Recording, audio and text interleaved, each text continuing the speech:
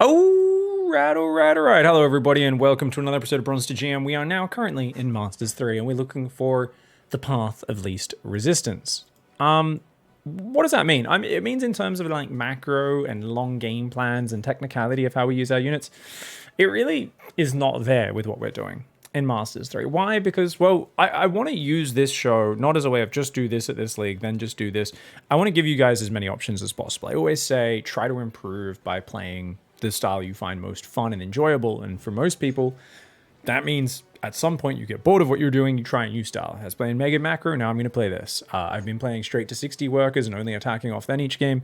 Let's start attacking off 10 workers, 12 workers, 15 workers, 20, 30 workers, 40 workers. Let's go. Let's have waves and layers. And that's kind of what we're going to look at. We are going to be looking for one push that sets up for the next one. We're going to look to widen our skills and also look at our real deep focus on interaction with our opponent, because this is a great way of making sure we have attention to detail. So what do I mean by attention to detail? I mean, if you're going to try and push your opponent off a 12 pool or off, say, a 5 roach push off 17, 18 workers, that damned well better be executed down to the second. If you're 10, 20 seconds late with a pressure that early, the bunker's finished, there's an extra 2 Marines in it, the SCVs are pulled to repair, your attack does nothing. You hit 10 seconds earlier, bunker's not done, there's only 1 Marine, 1 Reaper, you kill the SCV building the bunker, you get game-ending damage right there. So we're getting much tighter games, and you will have quicker, more one-sided losses. And usually that will be because you made some mistakes. There'll be other times where your opponent simply countered your build, and those will be great opportunities for us to learn. Remember, whenever we go for an attack, there is always a yes. Oh, my opponent's not ready, commit. And there is always a no. Okay, it turns out when there's a tank on the high ground or 2 void rays overhead, my roaches probably should just get the heck out of there and go to plan B. So we're going to have this really quick cycle of like immediate feedback teaching us how to get better, right? How to adjust, when to commit, when not to, and all that sort of thing. But not only that, we're always going to be doing one push that sets up for the next one. What does that mean? It means we're going to do something like this CVT build, which I'm really looking forward to. We do a pull first. We get 4 Zerglings that can pin back their Reaper, deny their SCV scout. We then get 5 Roaches across the map, which hopefully they don't scout with very little, or they scout with very little time to react. Then we swap behind that into 2 base Muta while they're still reeling from the Roaches. They're worried about ground attacks. Bam, there's Mutas flying in. Then while they're scrambling to get turrets and Thors and mines, things which suck versus Roaches, you're actually just going back to mass Roach Ravager and going for a kill. So it's multiple layers that pin your opponent back, deny their scouting, keep them busy, and the next move kind of comes as a surprise, and it naturally is set up to be something that's good against the counters to your previous one, right? So if you're doing very aggressive Roach play, your opponent will build tanks. Tanks aren't good versus Mutas. Your Mutas come in, they pick off tanks, they pick off SCVs, your opponent swaps into Thors and mines, which aren't particularly great versus Roaches, you swap back into Roaches. This is kind of things we're going to have set up beforehand. And obviously there's going to be flexibility and adaptability. That's going to be good. There's also going to be things like another CVT build here. Gas pool. 4 once again, pin the Reaper at home. But then 14 Speedlings charge in and actually look for either a surround on the first Hellions or just a bunch of SCV damage. And then we do a Ravager Ling all-in. Now, why does this Ravager Ling all-in have a high percentage of working? Because we've pinned them at home with 2 previous layers of attack. That's found damage, disrupted their build, caused them to get supply blocked and made mistakes. And most importantly, it's kept them pinned at home where they can't see the next wave coming. Your opponent's on the defense, they're making mistakes, you're finding that damage. Now, obviously a lot of this means how do we set up for these pushes? We need to understand the meta. We need to understand the different types of builds from the enemy, understand kind of how to tell what they're doing as well. Oh, my opponent's just camping on the high ground with tanks. Are we going to commit to a big Roach attack into someone who's just sitting on one base with siege tanks on the high ground? No, of course not. We'll go straight to plan B or plan C. Oh, let's go straight to the Mutas. Skip the Roach attack. Maybe our opponent gets an SCV and sees our Roach Warren building, and we either cancel it once the SCV's gone, or we just don't use it. We don't even build the Roaches, we go straight to plan B, right? We've got so much flexibility because his opponent's building a bunker and a tank. He's going, where are the Roaches? Where are the Roaches? You never built them. You went back to droning, built a faster lair, and got faster Mutas, right? There's a lot of things we can do here, but what am I talking about there? I'm talking about we are actually engaging critically with what our opponent sees in the game and what they expect. We're playing mind games. We are playing around our opponent's expectations, and we're trying to hedge our bets. Now, a lot of people are going to absolutely rebel against this. It's gambling. It's not good StarCraft. Go fucking study some military history and tell me there's a great general out there who didn't gamble. Come on. They're like, oh no, like, it's like, I don't know. So look at the American Civil War. From my very, very basic understanding from high school history I'm going to go back on. I'm pretty sure the North guys just had 10 times more stuff, played it super safe, and lost like 1 billion battles. But eventually won with the most safe camping macro play. And it was like, okay, cool. Like, you guys won. Was that the best way of winning? I mean, maybe it was the surest way of winning if you've already got a superior position to start, but you absolutely do not necessarily have that in a StarCraft game. You don't start with a bigger economy than your opponent. You don't start with a big advantage. So we're going to be starting off with a Zerg versus Zerg, guys, and we're going to try and make that build. So we're going to be very aware of what our opponent sees in the game. That's going to be huge. We want to pay attention to that.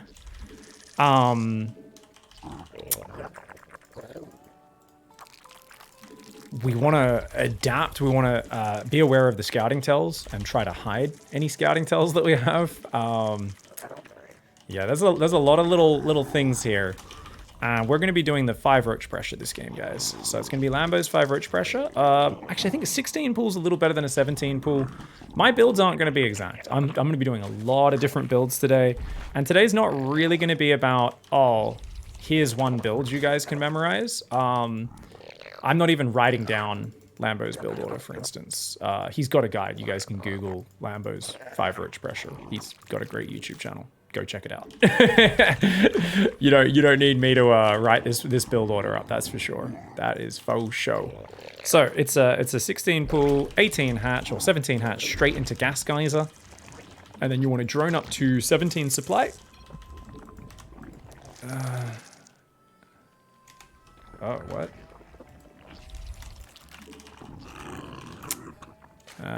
It can be hard. Yeah, this is weird. So, 4 lings straight away, guys, and we're going to queue them around the edge to dodge the Reaper. We then start a Queen. Wait, no we don't. Roach Warren. Roach Warren, then Queen. We could build another drone here, but I like to wait for the Queen. I think the Queen's probably more important. So it's 2 lings on 17 supply plus a Roach Warren. Then we start the Queen, and we can go back to droning. And we can build 2 drones, and then an Overlord, I think, should be just fine. Now, this Overlord's kind of important, because this is going to tell us, hey, is there a Reaper here? Like, what's going on? We're going to build another Overlord and put that out front.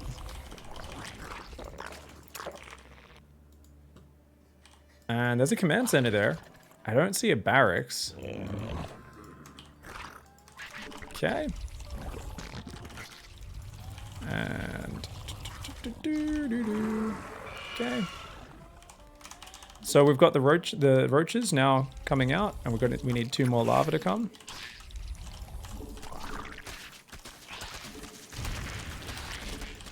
Obviously I could just go in there. I don't know what I'm up against. So we're building 5 roaches right now. We see a factory. I'm gonna build 1 more Overlord. And let's get another Queen up, I guess. I didn't build that before. The lings are going to go down, but let's group up our roaches now. Trying to build drones. And we want to get a lair soon. Okay, so we've got 4 roaches together. That's enough to one-shot a Reaper if it comes out. And we can make 1 Ravager. I think 1 Ravager is okay. Now, behind this, what are we going to do, guys? Let's take a gas and...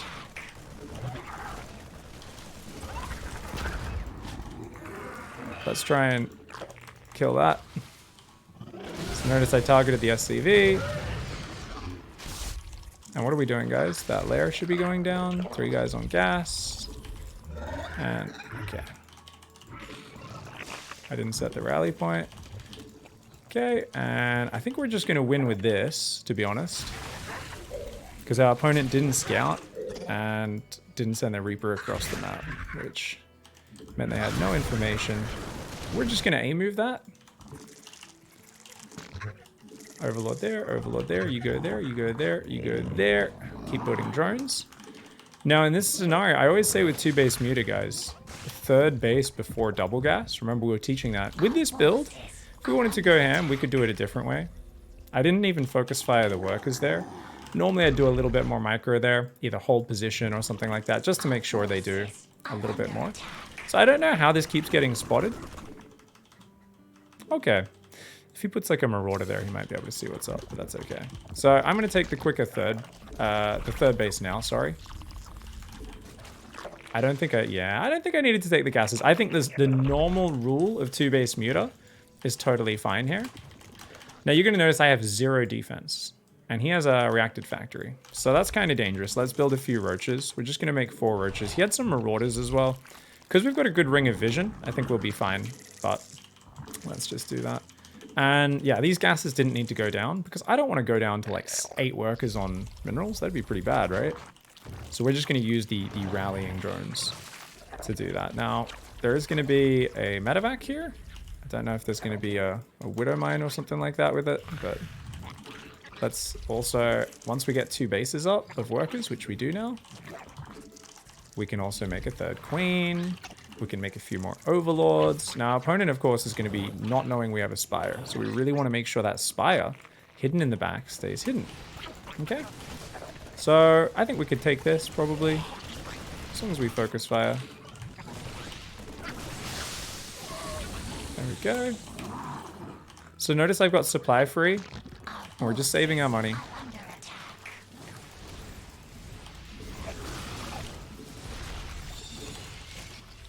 And there we go. We've got mutas on the way now. So he's going to do what we call some try-hard virgin micro, guys. Try-hard virgin micro is pretty cool. I'm just going to build 2 queens to replace those ones. Bring these 3 queens to the front. Build a few more overlords. And when these mutas come out, they will probably kill him. So I'll build a few more roaches on the ground. Notice we never got link speed this game. And that's exactly intentional. Alright. Oh! I dragged the widow mine onto his units at least. And we're droning that 3rd. Why are we droning that 3rd, guys? I don't really want the roaches to die. That's fine. So as we drone the 3rd, what are we going to do? Double evo, inject, roach speed, and that can go there. These guys are injecting queens. And yeah, I think we're pretty good. We can take both gases. Those are going to fly in, build drones for that. And from here, all we need to do is make... Oh! Hello. He's got an armory, doesn't he? All I need to do is make 1-1 roaches is what I was saying.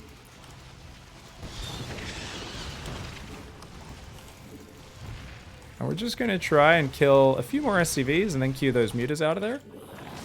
Inject, inject, inject. We're not going to finish saturating my 3rd. You might be like, what? Why not? Well, in about a minute, these mineral patches in my main are going to run out. So we can transfer workers over there anyway. And we want to hit sharp timings here. So notice we have almost no roaches now. Watch how that changes now that we're back into roach production. And of course, our mutas can go back in on the same angle if they want. Normally we'd rotate to a new angle, but you can play the mind game where you go elsewhere. And all we're doing behind that is just building roaches. So, here we go. Now these are fresh mules, so they're very valuable. Because we know he dropped those after the earlier economic damage we did. Inject, inject, inject. Creep, creep, creep, creep. Now, why aren't we attacking yet, guys? Whoa. 1-1 is just a good natural timing, right? So check it. We can just transfer guys out of the main. So that's decent for now. Roach speed should be done. 1-1. When that gets maybe 3/4 of the way done, we can move across the map. And we're going to add Ravagers to it. Why? We've got so much gas. And Ravagers are just amazing. Let's get 2 Overseers, because we know that he went for lots of Widow Mines and Overlord speed. Okay? So we've got 1 Overseer joining the Mutas, 2 joining the Roach Ravager. We're building nothing but Roaches here. And are we pretty all in? Yeah, but that's okay. And whenever you see Widow Mines, you can just double bio like that. And that will take care of it. A few more Overlords. Should have already had those. Check it out. Okay, upgrade's done in 10 seconds, so we can fight. And the thing is, we do have 60 drones, so we can take a fourth behind it if we've got the APM for it, but this is, of course, a giant Roach Ravager attack, and what's our opponent building, guys? Thors and Mines, not tanks. And that's exactly what we set ourselves up for. We wanted our opponent to go, oh, what the shit? There's roaches. So what did he do? He built Marauders. He didn't build tanks, but he built Marauders, right? Marauders, super useless versus Mutas. Then we go in with Mutas. He's like, oh shit, I need Widow Mines and Thors, right? They do fine there, but then they're really useless versus the roaches again. So you put your opponent in a situation where they kind of are trying to go in two very different directions, and it's just very hard for them. Now, as always, just a quick kind of, hey, what did our opponent do wrong here? Well, it looks like his build was just off. Let's go take a little glance at it real quick, and I'll explain to you guys. So first things first, his depot's exceptionally late. So our opponent has fucked up from the very start of the game. His depot is about 10 seconds late, okay? And he's not walling off, so this is inexcusable. Your first SCV is meant to rally and build the depot at the ramp, but our opponent didn't even start his second SCV on time, and now he's past 100 minerals. Where's his depot? So that's something to go down about 17 seconds. It went down at 28 seconds, and it wasn't in the wall. So that means the barracks is late. It means the orbital's going to be starting late. It means this SCV production. I think my opponent remembered that I was obviously because we played a few times last week or the week before, and it's really unfortunate because my opponent lives in Southeast Asia. We live both close to the Singapore server. We match each other. So I think he was nervous from the start. He also made a comment that made no sense. I don't like Zerg versus Protoss. And I was like, I don't know what he's talking like. He's Terran. So I'm super confused. But his build order was just trash, guys. He should have already had the orbital on the way a while ago. His Reaper should have started 13 seconds ago. And then his command center should be starting now. No scouting. This here was not a good opening. Not for Masters 3. So this was, everything was late, and that's why there was just too much damage. Must have been AFK. Nope, started an SCV at the start of the game. Just froze up thinking about what to do there. So it is what it is. Sometimes people play bad games. The thing about doing aggressive builds, especially if you have layers like this, is it's very easy if your opponent makes small mistakes to capitalize on it, and you're also going to force mistakes as time goes on as well. Yeah. What happens when the opponent sees only 6 mutas and doesn't overreact? Do you still commit to the roach switch, or do you push mutas? You're just following. I mean, this is a pretty good one-size-fits-all plan, but it really depends on exactly what's going on. Like, yeah, I mean, if I'm droning my third and all they're doing is building tanks, and I've killed a tank, but then I see more tanks coming out, and then I'm like picking things off, and they're not really dealing with the mutas. Sure, you could double down on muta production if you want to. I don't think you need to. I think the swap in a roach ravage is very solid. I think you just want to take those situations case by case. So you say, what if they don't overreact? I think what's more important there is what specifically are they doing? Because they don't overreact. You're not waiting to see if your opponent overreacts. You're simply putting yourself in a position where your opponent usually, I mean, they have to build some anti-air, otherwise they're taking tons of damage, right? Either way, it naturally sets up for the next thing. Even if your opponent, even if your opponent balances their response very well, it doesn't mean the roaches are bad afterwards. Not everything here has to be like, oh, he has to make this mistake for me to do the next thing. You can follow this set play: 4 Zerglings, 5 roaches, 2 base muta, mass roaches. They can respond to a lot of those waves correctly and still die. Yeah. It's something where if they beat you, though, you want to look at it then and you kind of break that situation down individually and you go, okay, what happened here that was different? Where did I make the wrong move? Or was this the rare case where my opponent played such a perfectly balanced defense that I actually needed to make an adjustment? Pick, can you do lurker drops? No. I want to teach you guys good aggressive play. So a lurker drop is so deep down the tech tree that it is such, it's not... Unless I was playing a lurker, and it's a good thing to add in if you're already playing a lurker macro style and you have a good fundamental basis with that lurker macro style. It's a great way of finding angles to get in there. But I'm not really sure where I would be playing lurkers right now. Like what matchup I would want to actually play lurkers. Any thoughts if you get to ZVT late game? Well, hopefully that happens, but I don't think anyone's going to survive. I mean, the thing is, we have 4 layers. It's like, the thought, if I've made it to late game, is where did I fuck up in my previous 4 layers of attacks? And were those attacks on time? Because I guarantee you, I'm not executing this perfectly, right? So the whole point here is if you're like, well, yeah. I mean, I see the build pig, but I got to 24 minutes, and I'm not sure how to deal with a 3-3 bio tank force with the Roach Ravager Muter. And I'm like, rewind. You probably have 1,000 data points from which you can improve on in those first 10 minutes. Like, there is no need for us to be thinking that deep in the game. You know, that's you've missed opportunities probably. I mean, certainly you've missed opportunities. There's just no reason for you to be thinking, how can I improve, you know, 25 minutes in or whatever. Because you've got so many different attacks and kind of things you're throwing at your opponent. I guarantee you, you're gonna have some openings a little bit earlier than that you could tighten up the screws and everything. Now, do we have a plan for late game? I mean, yeah, we could just play a completely normal game plan, technically, right? We could just be like, oh, this didn't work. Now I'm stopping well, whatever our normal game plan is. So what is our normal game plan? I mean, I have a bunch of different late game plans. I could swap into Ling Bane Ultra. I can play Broodlord timing is a really cute way of making this work. So I actually delayed the Lings a little bit here to get the Roach Horn down as quickly as possible. I think that's fine. I don't actually know what's best. Okay, so check that out, guys. Do you see that? We just saw the SCV coming. Remember, we're very aware of our opponent's vision in these games, okay? So these Lings, we want to use those to kill that SCV. We're even going to move this here just to check where it's coming from. And then we're going to go Overlord.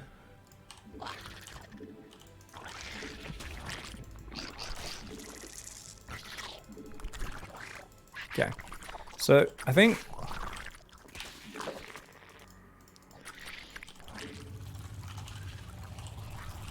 what we're doing now is we're splitting our Lings up down both sides. So you see, you don't actually need the Roach Horn this early. Our forces are under attack. Now, you might be like, well, why? What? Well, you can see that I don't actually have the lava. So now we've got the 5 roaches going, and I'm like, okay, it took me a while to get that. Now build a queen immediately, and then an overlord, okay? I'm hoping the marine comes down. No, okay. That's cool. So we've delayed the command center. Overlord's in position. Let's move another overlord forward. Let's run back. We're just trying to prolong things, right? That's all we're doing here. Just trying to prolong things as much as we can. If that SCV floats to the bottom, then we can kill it. Nah. So we're going to try and kill it here anyway. So that bought us a bit of time, right? And there we go. So now we can still stop the bunker because we delayed it. So notice we're just going to focus fire units here. Try and kill the Marines because that's the firepower. Oh no, we let him get the bunker up. So that's a bummer. But what are we doing, guys? Drone. So notice I'm just focusing the SCVs.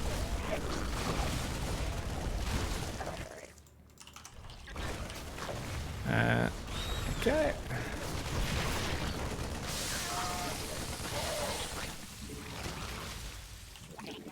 So anytime you can just either shift right click or do the A click. And if you can take out the Marines, because they're the higher damage unit, they also take 3 roach shots to kill.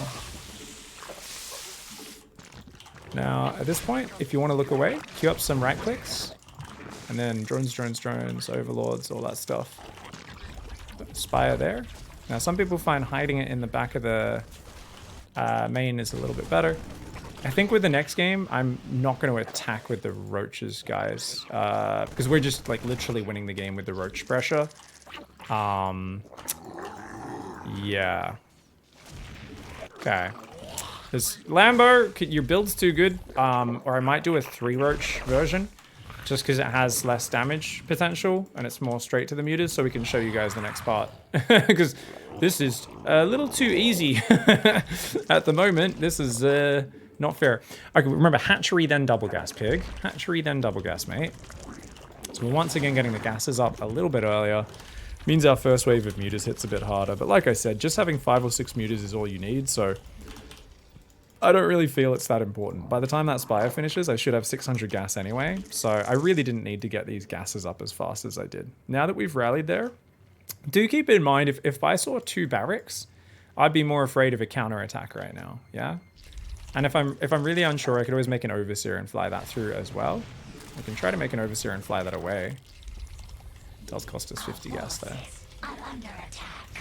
And, uh-oh. Run! Run, dronies! You could obviously do some cute little spore tricks and stuff. Oh, good micro. Really survives a lot longer than I was hoping. So good counter damage there. We don't really want to show these. We did get our Overseer out. We can get the Changeling and just put it like there. Just so it sees what's up. And remember, roach speed 1-1. And of course we can get that. The mutas are grouped up. So we go in, do some damage. And they're just going to fly straight into that mineral line. So I guess I can back off the mechanic. Whoa, those are Widow Mines. Hello. So these people are getting a lot of Widow Mines to counter the mutas, which is not bad at all. Oh, I thought it was a Thor. It's a Viking. And is the Viking going to come over and die? Maybe? See if we can get that. Okay, let's just back off. 1-1, inject, inject, inject. Big round of drones. Do we want the gases? I've already got so much gas. You know what, guys? I think we can do this off 4 gas. So we're building 1 round of drones. That's going to saturate the minerals. I don't think we need any more than that. Obviously, the more Ravages you want, it can be nice. But I'm going to try and just play a lower gas. Previous game, tons of Ravages, heaps of gas. I could have kept making Ravages all game. We're going to do this off just 60 workers this time. If you're low on gas at all, you could definitely do that, but we're not going to bother. So our Changeling can see what's up. Now we see the Widow Mines there. Let's see if we can pick off the SCV. And let's see if we can pick off that one. Now I think my opponent's attacking me, right? Because where'd those Marines go? I saw some Marines move out. So we're going to try and pick off some more SCVs. Oh, there are Widow Mines there. I'm blind.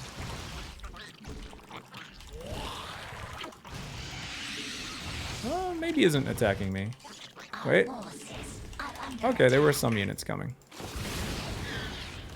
Now, upgrades aren't quite ready. Not to mention, even if they were, guys, look how few roaches I have. That's not a proper army.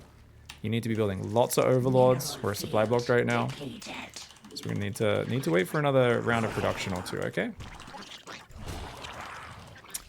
And this base already starting to mine out a little bit.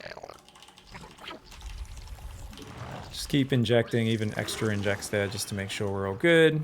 And we saw stim, so we know this is a bio play, okay? Does that change our plan at all? No, it doesn't. Just info. We saw a 3rd command center, sign of greed. So we don't really have to worry about an attack coming. Because we're being so aggressive, you don't really need to be worried about many attacks anyway. Inject, inject, inject, yeah. So check it out, guys. 1-1's finished. Our army's not that big yet.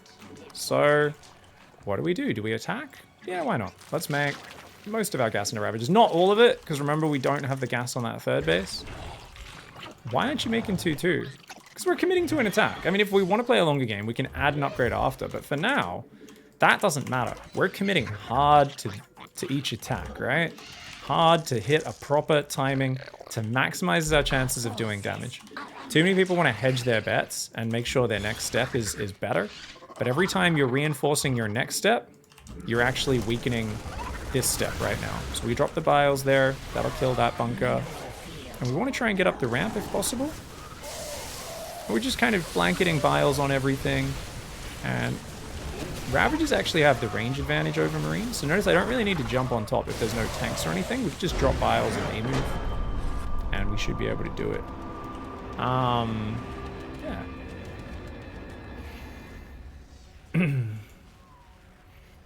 So we're doing way too much damage with the 5 roaches. There's not much to learn here. It's just a tight opening, and our opponents are failing to deal with it. So let's talk a little bit about our opponents and kind of what they're dealing with. So Lorax here makes a huge mistake. number one. Lorax scouts with an SCV, sees a pool first, and if you're doing a Reaper opening, there is a very simple way to play safe against a pool first. So I'll tell you exactly what Lorax should do. At least I can teach the Zergs what the Terrans should be doing, the Terrans how to defend this. Command center upgrade complete. This is a pool first. Now, should you freak the hell out? No, this is not an early pool, like a 12 pool or anything like that. That hatchery started 50 seconds ago. That's 1 minute and 7 seconds, okay? That's a very early hatch. That's about 15, 20 seconds at most slower than a normal hatch first. It's totally normal. It's just the pools before the hatch. Could be ling speed earlier if there's a gas pool. Could be a roach horn. We don't know. Lorax tries to dodge the SCV to get in the main, which is a nice little move here. Doesn't get in. Doesn't get any info. Oh, no. Well, there's a default thing you do. Your Reaper just hangs out. Just patrol it out front your base. So if the lings come in, it can out micro those lings and it'll keep your command center alive, especially with the Marine coming out to support it. Okay? So that's just gonna make your life totally fine. Completely standard Terran opening works here. Problem is, Lorax goes out into the middle of the map hoping to intercept the lings. And of course, as always, guys, I queue my lings along the edges. And in this case, because I was spotted by the SCV, I even split the lings. Just in case the Reaper intercepted them on one side of the map, I even told the lings to go both sides. Normally, just going down one side is fine. I did an advanced maneuver to make sure at least 2 of these lings got across. And the thing is, if there's a Reaper there to greet them, a little bit of micro, plus the Marine easily keeps this SCV alive. Maybe you hop the SCV off the command center, run it away a little bit, then the Zerglings are dead, you're fine. There's no need for a Reaper to be running away right now. Lorax also hasn't started the reactor, which is kind of a bummer. He's building extra Marines. Unnecessary extra reactions. So learn your pool first timing. That's just a standard opening. As long as your Reaper's out here, do the exact same build as normal, which Lorax isn't doing because look at all this money. Where's the second gas? The reactor is coming down only now after the second Marine. Pulling lots of SCVs. So Lorax here was a little bit panicked, and that's an issue. But what if there's roaches coming behind it? Well, the thing is, you could do what I said, and then after the factory, after the second gas, or if you're playing 3cc, it could be factory, 3rd cc. Basically, after all those normal pieces in your build, you naturally float money anyway.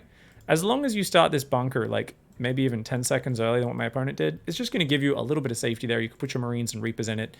You can repair it if need be. Have a few extra SCVs mining on the natural as well. Bring a few SCVs down here so that you can repair the bunker. And you're going to be okay. But wait a second. But what if the roaches just run past to the ramp? Well, the thing is, you should be building Marines 2 at a time, or Hellions 2 at a time on top of the ramp, and that plus the 4 Marines in there. I mean, the thing is, they're going to take a bunch of damage on the way past you, and then you should already be getting plenty of Hellions out. What really happens here to Lorax, and what happens to most Terrans, is the moment they've got to deal with an aggressive something, they start to mess up their build order. I do this all the time as a Terran as well. So I always say, people are like, how do I defend this? And it's usually know your response well enough in your head that you don't mess up your build order. And this kind of goes for every race, but for Terran the most, because the barracks, this reactor should have already been pumping Marines 2 at a time a while ago. Instead, it's only now building. And do we at least see Marines pump non-stop once that finishes? The factory, which was already started late, is being chilling for 30 seconds doing nothing. Right? So what we're seeing here is a Terran who's overthinking this scenario, doesn't have a clear mapped out branch for how to respond to a pool first, is trying to like make up an adaptation on the fly, and it's all loose. It's super loose. So pulls back to the high ground, which is a great move from Lorax. Unfortunately, Lorax could have like 8 Marines by now, right? Does the Widowmine kill a roach in one shot? I don't think it quite does. I think it gets it in the deep red, but it would do a lot of splash damage as well. I mean, Widowmines are not bad as well, if you realize. But the cool thing is as well, if you defend those lings on time with the Reaper here, you clean up all 4 Zerglings, then your Reaper can go across. Because think about it. Let's say you take 20 seconds, 2 minutes 55, you kill all the lings if you actually are out front. And then your Reaper goes across. You're going to get a little bit of warning of these roaches coming as well. If you want, you could build a few Widow Mines, but even Hellions outrange roaches. So behind a wall, if the roaches are there, you can kind of fight it. You can unload Marines and pull your SCVs and surround from the ramp. You're going to clean the whole thing up a lot better. But it's just about keeping your production going and making sure this early stage is nicely, tightly defined. Now, don't get me wrong. it is annoying to deal with. It's a really good build from Zerg, but the Zerg does make a giant sacrifice. It's 17 drones. Even the second queen is delayed. This is a really trash Zerg economy. The third hatch is literally never going to be down. So it's all just about the tight early response. So guys, we're going to change things up a little bit here because these players aren't able to handle it right now. If we do get another Zerg versus Terran, I'm just going to do a 3 roach pressure off 2 Zerglings initially, very light. And that's going to get us into mutas a bit quicker, but we get to see a little bit more of the, ooh, here's mutas, ooh, here's a big roach attack. And we get to play around that a bit more.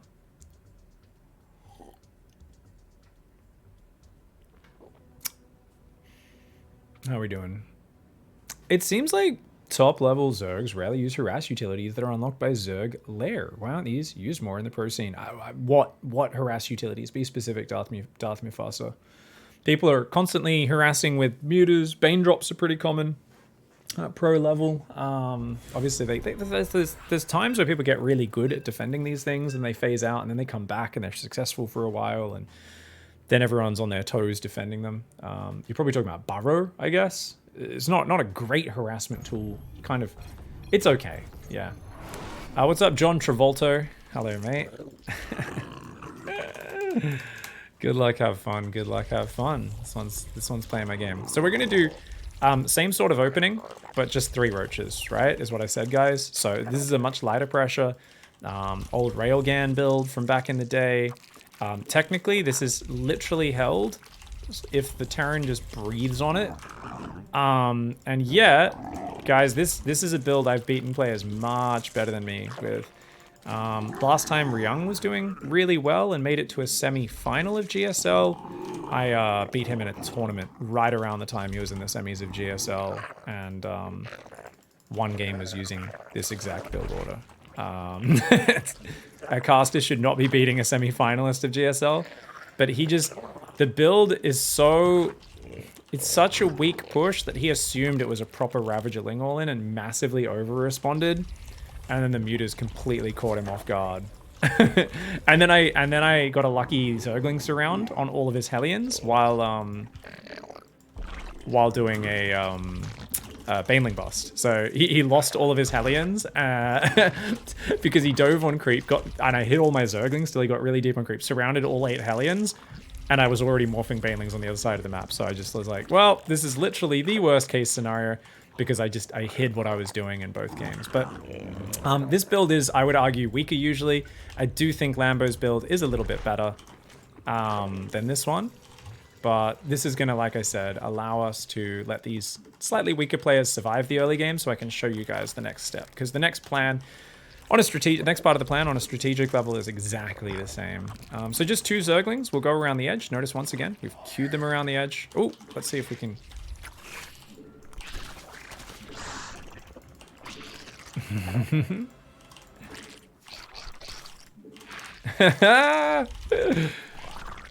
You'll die. Okay. So notice the Reaper's staying at home, guys. Nah, there's no way you get it in there, mate. So we're just gonna hide in the third. Probably should have saved a bit more lava. That's all right. 2 roaches there, 1 roach from the natural. It works out. Make sure you build the 2 roaches there first, because this roach will rally a bit quicker. Then we can immediately go second queen. Then we can get a very quick lair, guys. Look at how much gas we've got available. With this build, we definitely don't make a... we definitely do not make a... what do you call it?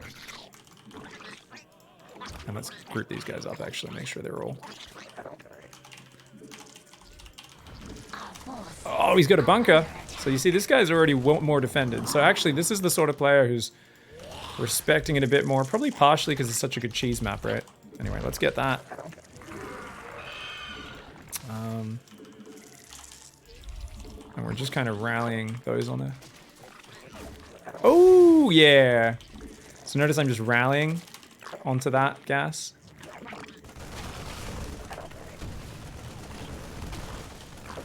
This guy's playing Age of Empires, guys. This is Age of Empires defense.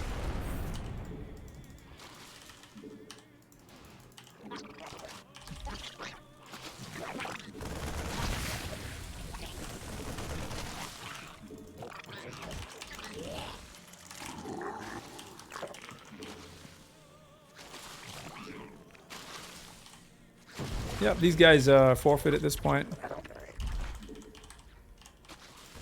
And because this is such a fast aspire, I actually will go the 4 gas this time, guys. We're more committed to the mutas. Because remember, only 3 roaches, not even 1 ravager. We're just trying to kill whatever we can on the way out. If we can get the roach home, that's great. Because that is a good defensive tool. And it will regenerate. We're just going to put 2 guys on gas at first. Because we are very mineral starved. If we can start a 3rd hatch before we build mutas at least. Remember, we are obsessed with making sure we actually start the 3rd base. Because if we don't do that, it's just things can get a bit messy. And there we go. Build the 3rd guy for the gas. Guys, start the 3rd hatch. Let's start the 3rd queen now. We've been skimping on that 3rd queen because we are trying to be very aggressive. We don't want to be adding these defensive tools unless they're really needed, right? We're just going to poop creep everywhere. Poop creep everywhere. And extra overlord. Yeah, cool. So we have 1 roach for defense. If he was counterattacking at all, or if we felt like he could counterattack, if he had, say, a factory on a reactor, I'd build a few roaches first.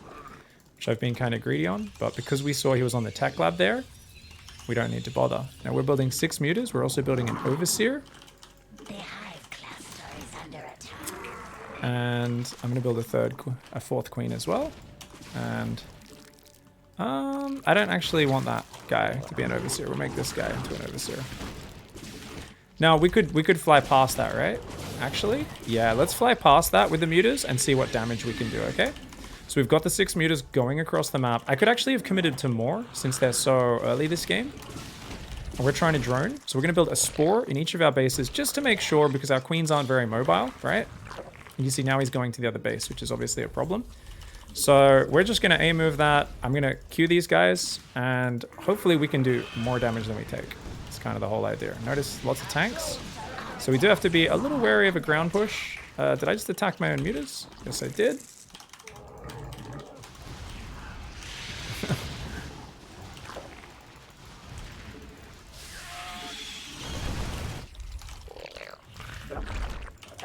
Okay, so pull back. I should have pulled back earlier. And I'm actually going to go straight roaches now because I think I have enough. Oh, no. Oh, no. Oh, bad lag spike. We got a bad lag spike there. Okay, you guys go there. And he's actually built some good defense. So we're into mass roach. What's our worker count? 55. That's a little bit lower, right? I actually think it's good to be lower. I think it's really good to be lower. We've got roach speed. So this is a small map. It's been a more aggressive game. He's got a lot of marine tank. He might be able to hit a fast counterattack because we saw all those tanks, all those marines, right? This player's played a little bit better. So we're making lots of roaches. Now let's also make some ravages. If we can get like 6 ravages, that's good because then we can kill 2 tanks before they can do anything. But even if not, that's okay. We can just tell this marine to pretend he's one of the boys. Okay. Okay, we're just going to hold position these and try to focus on up here. Okay. And we landed biles on the tanks, but apparently the last one didn't actually land. So this is a very messy fight, guys. I could have backed off from here, and I would have lost the 3rd base. And that's a reasonable choice. This map's so small that you can see I wasn't really ready for it. Now those mutas, they did kill a few SCVs. We're going to rotate them to the other side. Maybe damage a medevac. Be annoying. And what are we doing? We're still just massing roaches. Now we saw he's still building marine tank, right? That's fine. So the trick here, do we have an overseer? We do. Okay, we'll add that to our roach key. Add this to our roach key. Now you could argue that you want to go overlord speed here, right? That could be a really good way of playing it because that's going to allow us to get the high ground vision, right? We can also bring the mutas in because tanks up on the high ground are going to be the hardest thing for us to actually reach with our biles. And it's really important you take those tanks out. So in the meantime, obviously, oh, he's going to come and attack us. So this is nice. So we're basically playing an army that kind of needs to fight in the short to medium term. And that's fine. I mean, so this is a bad move by me. I just showed him that I'm massing roach. I should have only grabbed some of my roaches and showed them to him. That would have been much smarter because if we think about it, that's going to be the thing. Now, check this out, guys. I'm taking this off my hotkey. we're queuing it to come up here, to go there, and then set up in pervert mode. So it's going to reveal that whole cliff, okay? Why is that important? Because if we don't, like I said, we're not going to be able to take his stuff out. Ooh, okay, check this out, guys. So we're going to actually send some roaches to deal with this, okay? And we're going to put those on a different control group. And the rest of my army is going to come up there. Now, we're going to do this.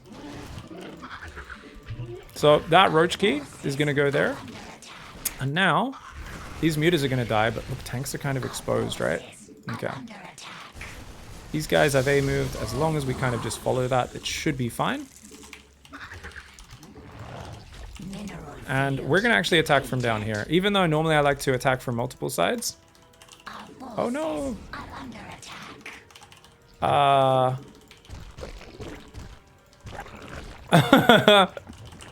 need ravages.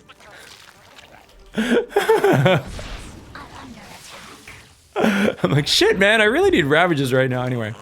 Alright, so these changelings, we're going to try and put them there and there. Oh, he's going to attack me again. Oh, that's a bad move from him. He should be doing nothing but turtle. Because if we kill the tanks, we just win the game. So, like, yeah. We can just send some roaches in there. Make sure they're killing those guys. And then these guys would just go and try to break in. But, yeah, your opponent really needs to, like, conserve their tank count. He should have been trying to reinforce the wall on his natural. And, like, keeping his tanks on the high ground and stuff like that. But, I mean, who can blame him, right? GG. GG, well played. Who can blame him for coming down there? I mean, he's probably watched the best Terrans in the world, Clem and Maru, and we've seen what they do against roaches, right? They move across the map, throw their tanks away, and then lose the game to Rogue, even when Rogue is literally doing the same thing over and over again. So, if they do it, I mean, you can't blame Joe Blow and Masters 3 for making the same move. You guys have heard me rant too much about Terrans who don't respect They're like, this guy's making mass roach. This unit scales terribly into the late game. Even the late mid game. If I get anywhere close to maxed, it'll be an issue. And then you see Maru just unsiege his tanks and move out. And you're like, Maru, stop it. Stop it, mate. GG, mate. So, that was a much better defense, guys. Remember, we were like, oh, we're going to try and not be so abusive, right? With the 5 roach build, because it's just killing people. But that's cool. We've showed it a bunch there. And the crazy thing with that build is that build's almost too easy, right? I'm getting lots of Zerg vs Terran, which is awesome. But it's too easy. Why is it too easy? Because you can literally just follow that game plan. And it has such a high win percentage. I'm not even having... It's like, I'm not having to hide anything because I'm so in my opponent's face, right? Pig, am I too easy, says Matt. You played much better than the previous 2 opponents. The previous 2 opponents I killed with the first roaches. So I did do a lighter roach pressure to you, but you actually had the bunker, you defended the first lings properly, so you actually handled the early stage infinitely better than the 44 and 4500 MMR player I played before that. So, well done, Matt, well done, GG. What do you think about burrowed lings for scouting? Yeah, pervert Zerglings, the guys that are just peeking up the armor of the Terran Marines. They're real friggin' weirdos. No, it's really good. Yeah, it's really good. If you can put burrowed Zerglings around the map, it's great against Terran. Doesn't really work versus the other races, Overseers, Observers, but against Terran, it's great.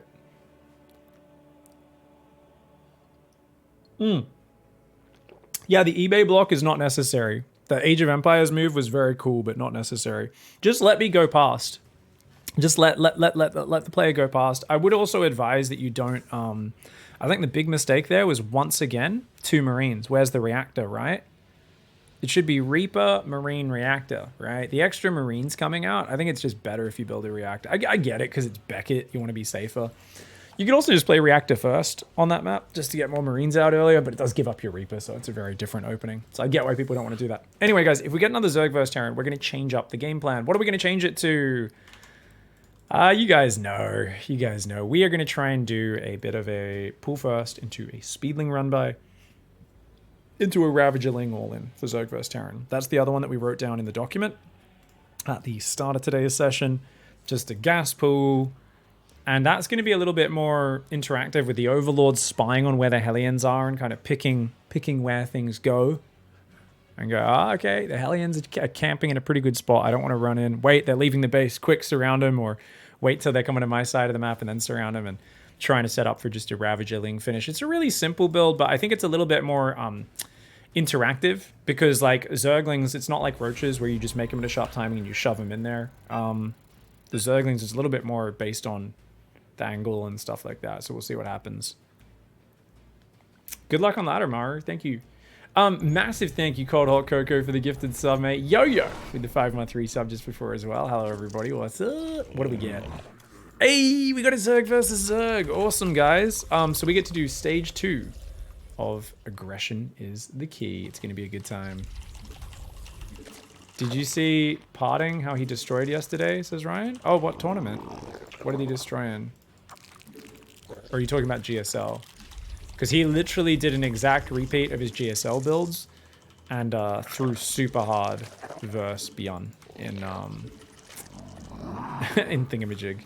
You know what, guys? Just to mix it up, we'll go hatch first, since this is what you see a lot more at pro play. A lot of players prefer it because that's what they see pros do. Now, I really don't think it changes that much from a hatch a pool first. It just means it's going to be much harder if I do come across a 12 pool. But that's good. If I come across an early pool, you guys get to see me do a different, much harder response, which is really cool. So my opponent accidentally built 2 overlords and has left the game because they're like, oh, fuck. Was it 12 pool as well? I think it was 12 pool. No, 13 pool.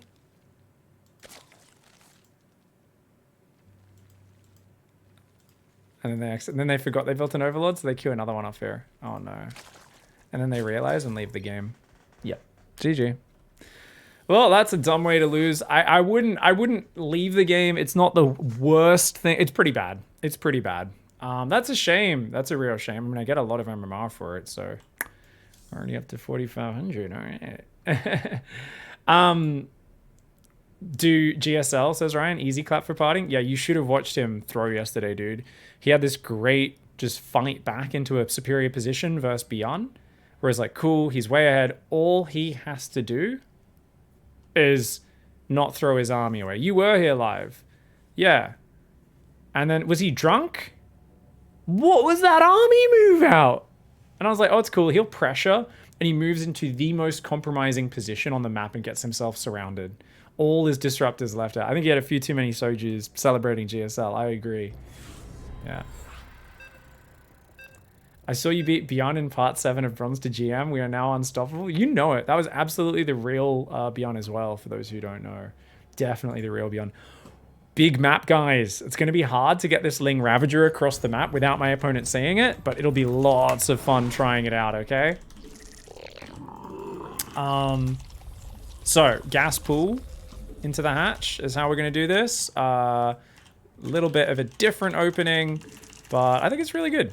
Yeah, I think it could be really good. 4th down here, 5th up here. So that's how we're setting up our camera locations. We're kind of planning to, if it goes late game or longer game, planning to expand to both sides of the map at once. And yeah, we can go from there. Hey, go back AoE 4 later when it's out. Yeah, I'll be streaming a bit of AoE 4. I don't know if it'll be like the most amazing game or anything. We'll give it a go, and hopefully it'll be lots of fun. I'm pretty sure it'll be lots of fun. And guys, we're gonna go 17 gas, 17 pool. So real fast Ling speed, remember, is what we want here. So that pool's not the fastest. So our first Lings aren't gonna be hitting super hard, but that's okay. Apparently you can actually talk about AoE 4. I mean, I only played 1 game of it, and it was like, you know, closed beta state, still under construction, so it was okay. I'm not gonna lie and say it was the best thing ever, but I only played 1 game, so like I literally can't talk about it because I don't like talking about things that I don't know anything about, you know? Unlike most people on the internet who are like, oh, it's the best thing ever. And I'm like, dude, you played 2 games. They're like, yeah, but you know, I'm a professional game reporter who, you know, I've got to make things up for a living, so. They're not all like that. It's just a lot of crap mixed in. So we're just going to do 2 Lings straight into the Queen this game, guys. There's a lot of cool game reporters, actually. I've been very friendly with quite a few over the years. Most of them are pretty cool. It's just, I just come across these articles online of like really shitty game reviews. I'm like, oh, what is this? I'm like, what even is this?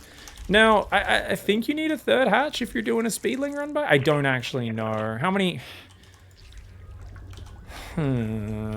when do we start making Zerglings? So we're figuring this build out as we go. Yeah, no, we can't afford a third hatch. There's no way. And I obviously want to pull off there. Wait, what? What is wrong with these people, man? Reactor first? The fuck is this, bro?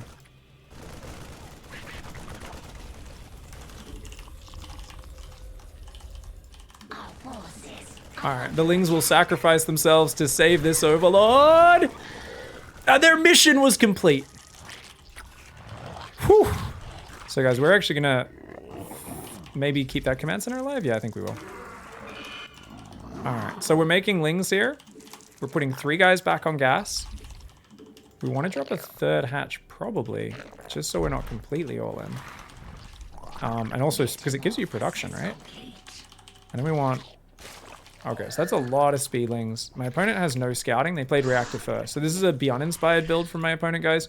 So the cool thing about Beyond-inspired builds is Beyond doesn't scout, and he just fucking hopes and crosses his fingers that he doesn't get all in literally every matchup. I love Beyond, but let's be real. Let's be honest for a second.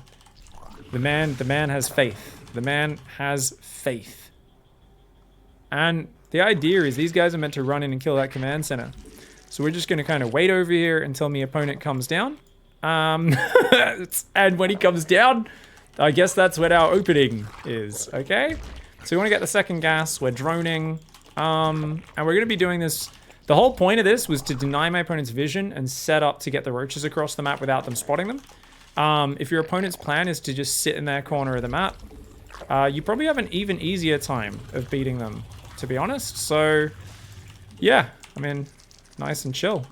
Probably needed just 1 overlord a little bit earlier here so I could build 5 roaches right now. It's a bummer. Gotta wait for these overlords. Okay.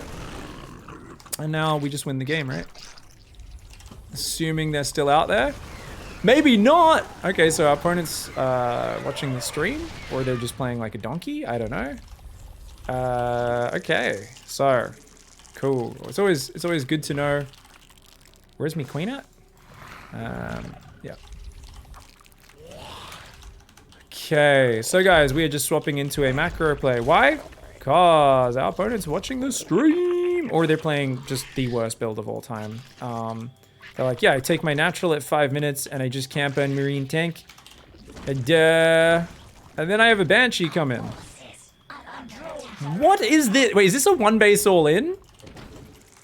What is going on? Okay, this is actual insanity. Cancel those, and now we just die. Is this a 1 base? Like, what? This is a 1 base all in, isn't it? Okay, there's no way to win though, unfortunately. Okay, you guys go there. You guys go there. This should be game. I just assumed there was a CC on the high ground. We should have poked in behind with the Overlord, and then we would have been able to spot that. But as it is, that is not going to be possible, and we will find out exactly what we can do. Alright, we're gonna make some more roaches. One more spore would be nice, but of course we lost all of our guys, so... Oh, that roach actually did okay.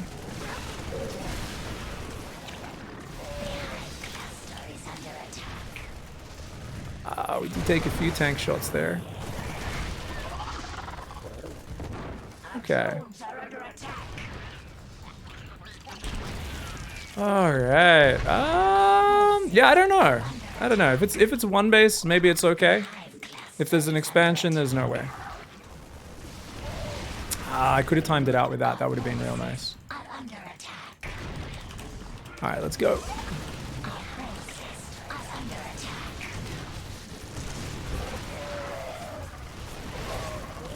Okay.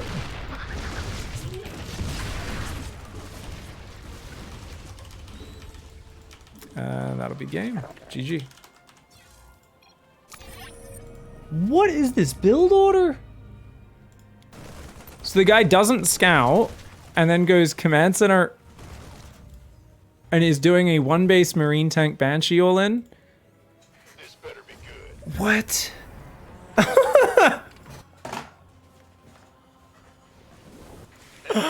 Cool. All right. So first Overlord, as I said, just should poke around the back. Basically, so I think this is after playing Diamond. Was it Diamond 2? I think Diamond 2. Every Terran I played would scout with an SCV. Even if they didn't, they would always go command center on the high ground. So I was like, oh, I guess this is just like a thing on the ladder that people do below pro level.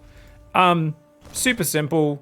I mean, actually, no, those Marines were out early enough because this is such a big map that I can't get back to the dead space. Ah, okay. Fair enough.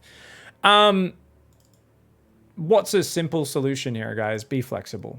So if your opponent is playing like a baboon and not expanding to the low ground and is giving up all scouting, what's the point in doing a speed link pressure? There is none, right? So this is the first time I've ever done this build, so I had nothing mapped out in terms of responses. This is really, really basic, right? We're doing this build. Really simple plan. Let's write down.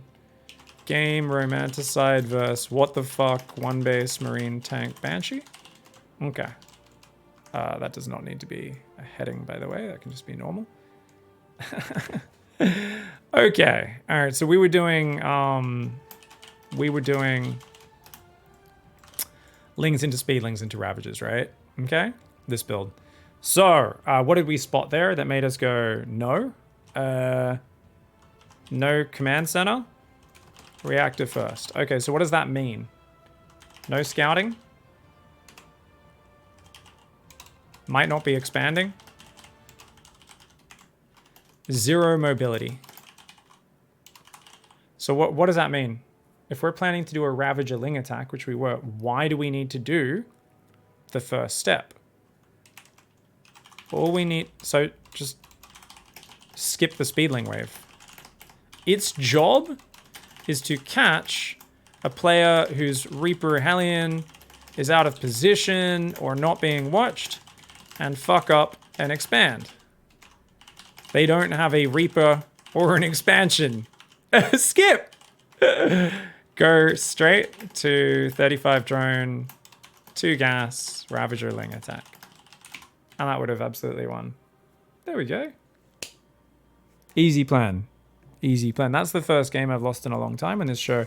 I'm hoping this player was high MMR because I'm really sad whenever it slows me down. There we go. 4,700. That's a Masters 2 player. Well done to Cacti. I've said to a lot of people that you can get GM literally going Reactor, Marine, Tank, Medevac, or I guess in this case, Marine, Tank, Banshee in every matchup. You just wall off the front of your base and then you push out with 2 tanks and a pack of Marines. And people are like, nah, that wouldn't work. And I'm like, you would be surprised how much players have no base understanding of the game. So people will lose to that on the ladder. And then they'll go, well, he's a fucking idiot. He did a wrong build. And the next time they play it, they'll die to it again. And I'm like, buddy? It's like, what? It's literally a 1 base Terran. This should be the easiest thing to hold because it takes them so long to come across the map. It takes them so long. So you've got to go through that process. Okay, this is different. What is its strength? Its strengths is people will assume the Terran is just building a CC on the high ground. They will assume the Terran is going to do that. And then they will also not have a set rule for being safe. Whereas what do we normally do to be safe against a 1 base player? 3 minute 30, there's no expand. We can go back to our rule from Silver and Gold League. 3 minutes 30, they don't have an expand. Okay, well, we'll stop droning. By 3 minutes 30, you should already have 2 mineral lines up. So you're up 30, 35 drones. Make a bunch of fighting things and do some extra scouting to figure out what's happening. Super easy. What's your play against a 1 base Thor rush as Zerg? I normally misread it and I fail to defend. It just answered that question with exactly what I just said. Thors are just a bad unit. The drop doesn't change anything about it. You could build some extra queens to help shoot the medevacs if you want, but more importantly, just have roaches and Zerg, just have units. The only reason you're going to die to that is if you're like, I'm on 50 drones versus a 1 base player and I'm making double evos and a 4th hatchery. And then you're like, he made a Thor. I have nothing that fights. But you can be that with Zerglings, roaches, anything. Anything beats a Thor. So, you know, it's all just about building units at the right time. Nice and simple. I faced a guy who did that. Next game he camped on 1 base with 3 CC. Hey, mind game spasm. But that's why you scout. The thing is, if he's on 1 base, you've already drawn 2 mineral lines, that's fine. Because by the time you build 1 or 2 rounds of units, you should have realized, oh, he's floating a command center down, and then you go back to macroing. And you still have a third hatchery, right? This is one of the things. That's a very important point. A lot of people are like, oh, yeah, I've got to not take a third. No, no, no. As a Zerg, your third hatchery is production. So you use that. That helps you defend. It's droning the third that's the economic commitment. So, yeah. He transferred 15 workers, landed his 2 CCs at once. Yeah. And that's why you want to try and poke your Overlord in as well, right? So this is where sending a second Overlord across the map can be pretty nice for sure. So you have 2 angles to poke in with for Overlords, especially if your first one dies. It's good. Does Drop a Lord morph restore it to full health? I don't think that does. Does it? I know Overseer and everything else does, but Drop a Lord does not. It does not, Mr. Jakar. Why did you attack with all your lings before doing a 1-ling scout? The opponent was on 1 base. Shouldn't he always have more units at that time? I just assumed he was floating a command center down. So I was just being lazy. A 1-ling scout. So the problem is the reason we couldn't do a 1-ling scout there anyway though, because that would have shown that I had ling speed very early, and that could in of itself like tell a high level player, oh, what the fuck, this guy's poking around with speedlings. Like this could be a guy scouting ahead of his attack. So you've got to be careful. Yeah.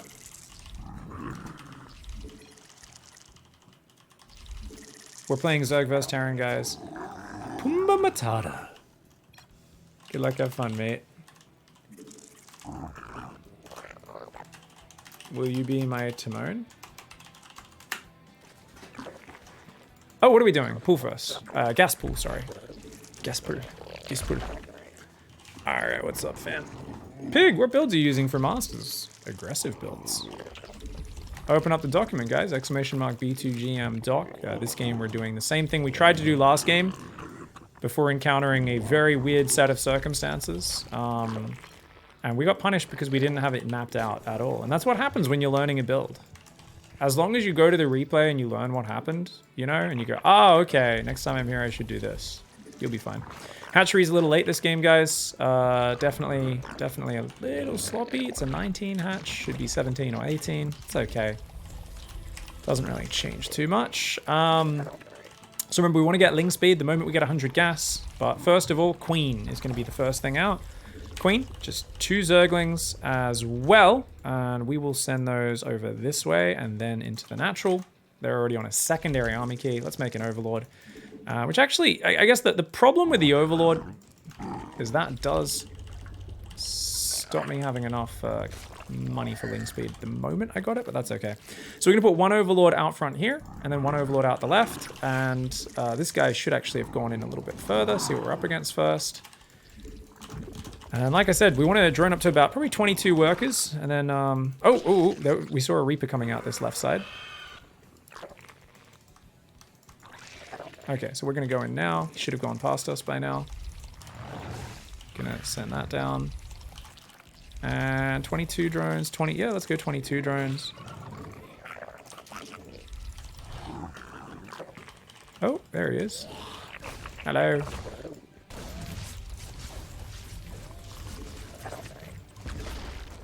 Could do that. And he doesn't have an expansion? He does, but it's on the high ground. So, okay.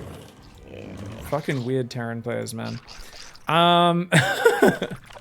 So we're going to build 6 lings to deny scouting. Because he does have extra scouting, right?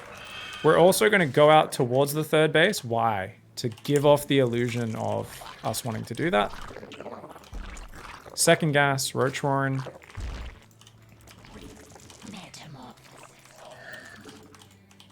Where's that Reaper at? So we're kind of just hunting for that Reaper right now. We're building some drones. I guess I'll make the 3rd hatch here because we're going straight to the Ravagerling anyway. So it looks like, I mean, that might tip him off that we're being aggressive, which is an issue. I was hoping to catch him. Oh, we should have let him see the 3rd. I should have purposefully move commanded there. We could have let him see the 3rd base because we really want him to think that this is kind of like normal play, you know? So these speedlings now might as well run in, see if they can disrupt and do some stuff. And then one more. Yeah. So we're building roaches. The lings are going on our secondary army key. So the idea here is it's so long until we hit a roach pressure anyway. He's got a cyclone. What are people doing in StarCraft in 2021? How? What? What is this meant to be? I'm so confused. Anyway, guys, don't spend all your gas on roaches. 7 roaches is plenty. It's more important to have Ravagers here than anything else. I could try to snipe the SCV. Let's go. Kill. Oh, that was bad. We want to morph all these Ravagers. Get across that map. All we're doing behind this is building Zerglings. I'm going to make a 3rd queen. Just to keep up my production as well, which would be really cool.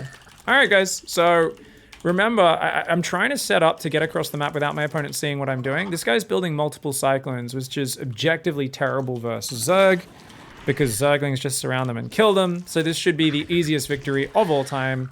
We can just, like, we see him coming across the map. I don't even need to deal with it, but I guess we will, just because why not? There we go. Okay. Like, this just should never work. So we're just going to surround those. Send the Lings in after the Ravagers, so that the Ravagers kind of tank. And that's game. It means no worries for the rest of your days. It's a trouble-free philosophy. Hakuna Matata. And notice that we obviously just want to get Lings on workers is one of the best things. But if you can also kill some add-ons, that's pretty fantastic. He has a missile turret in his main, which tells us my opponent is literally drunk right now. That just makes no sense. I don't want to shit on my opponents. It's just like, he actually did some really nice things this game. He's trying to go BCs, okay. So he's going to basically just BC all in. All we're doing is building queens and spores behind this. You can click the command center. That's fantastic. A lot of people don't remember to actually do that. And actually, wait, we can just kill it before the BC comes out. Of course. Didn't think about that. I'm like, wait a second. And the BC doesn't pop, so that's game. Yeah. Alright, GG. Why is there a missile turret and an engineering bay? And why are you building Cyclones? This makes no sense. I want to show you guys how to fight for map control, and and how to deny scouting, but my opponents aren't really scouting very much, are they? Pig, this is normal in Masters. There's a lot of players who aren't really scouting. They're just camping and doing really weird builds, or they're just dying to my roach pressure. So this is really interesting, because we're seeing a lot of very uninteractive players who are just trying to kind of camp and that sort of thing. It's weird. It's weird. I think this just reminds us that sometimes you get easy wins when you're playing aggressive. And to be fair, if I think about this, as much as I'm kind of thrown off by it, because I want to teach you guys things, one of the lessons is, what did I say when I had the document open, guys? What did I say? I said that we are looking for the path of least resistance, right? Now, what's unfortunate about these games is that our opponents aren't giving us a lot to work with. But just because we got an easy win doesn't mean we can't learn from it. So I think that's probably the most important thing for us to do here is say, what could I have done better that game? And just run it through in my head. Remember, we should have let the Reaper see the 3rd base. If we weren't going to kill the Reaper super early, which I was trying to do, we probably should have let the Reaper see the 3rd base, would have been nice. And we also didn't need to go for that bunker the 2nd time. Other than that, I think it was just a pretty smooth, aggressive play from me. It wasn't the best. Yeah, it's kind of just some clean, just a clean Ravager Ling attack.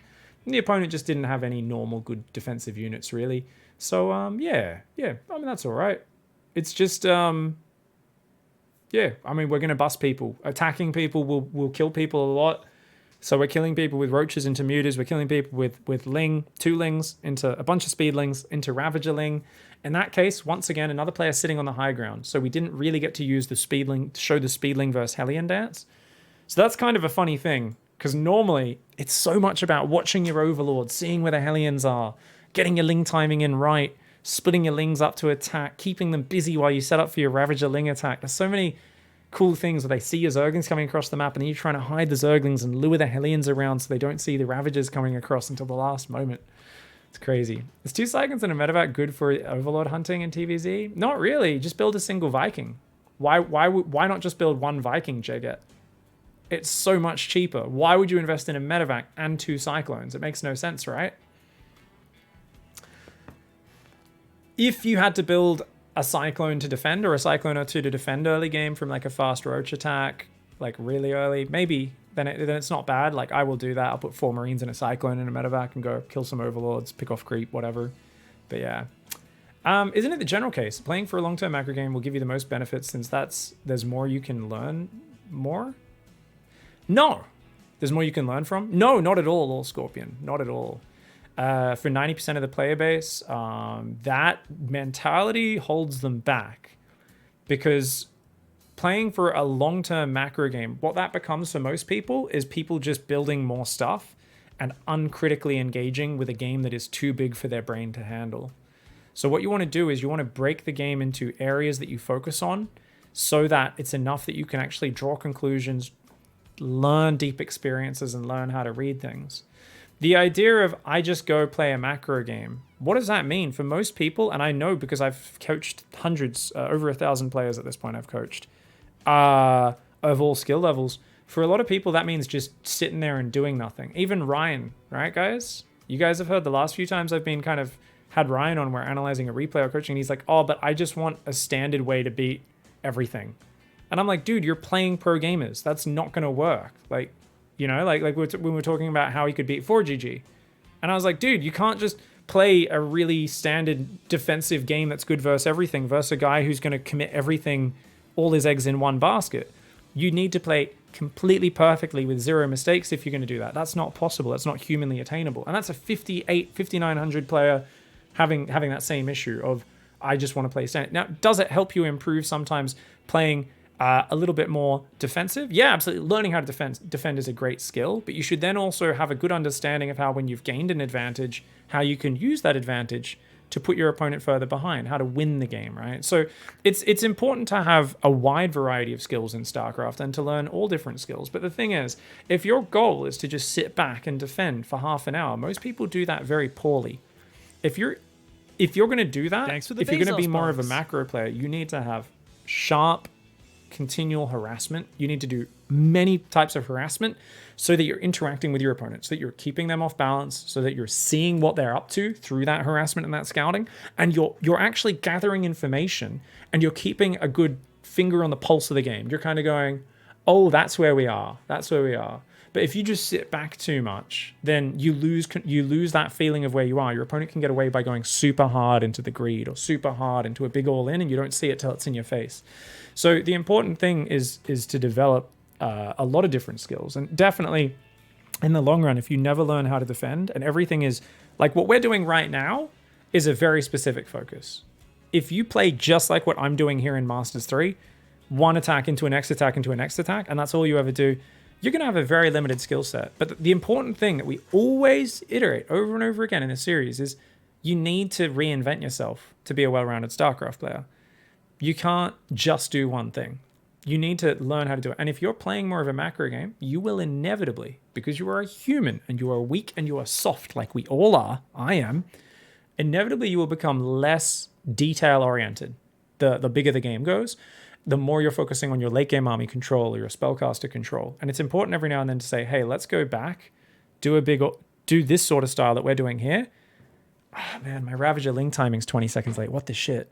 So even in that last game, right, where I won with the Ravager Ling, I actually should be way more detail-oriented. This is all really good points you guys are bringing up. So what time did I win that game? 6:20? I should have checked the replay. Let's say I hit 6 minutes with, was it 7 roaches? 4 Ravagers, 3 Roaches, and about 20 Zerglings. And I hit 6 minutes. Okay, cool. Let's try and improve that. Let's try and see, and let's see how little things, you know what? I might find that too often people are defending me with Banshees being out on time. And I'm like, shit. And then I might go back and see, how can I do this with even less workers? Because look at this. I did this attack off 34 workers, okay? You know, why don't I learn a 28 drone version? I'm pretty all in either way. But if I can hit 20 seconds faster when the first Banshee's just popping, and then the Banshees can't just shift-click down my Ravagers, I'm actually going to be able to bust in and get in the worker line more reliably. So we're going to be super detail-oriented. Any single supply block or mistake in the early game, any little micro error. The thing is, if you're focusing more on an all-in or a very aggressive playstyle or a shorter game plan, you have to be even more unforgiving on yourself in terms of the details and in terms of refining those details, right? And it's going to give you a lot of reps so you can improve that really, really quickly. So it's always good once in a while to go back and hone up on your early game or to hone up on a timing attack. And then the thing is, if you just become super reliant on one big all-in to kill your opponent and, you know, you need to be like, okay, I need to actually map out my next stages. I need to get better at my macro or my mid game. Or I need to, you know what? I'm never comfortable if I'm not attacking.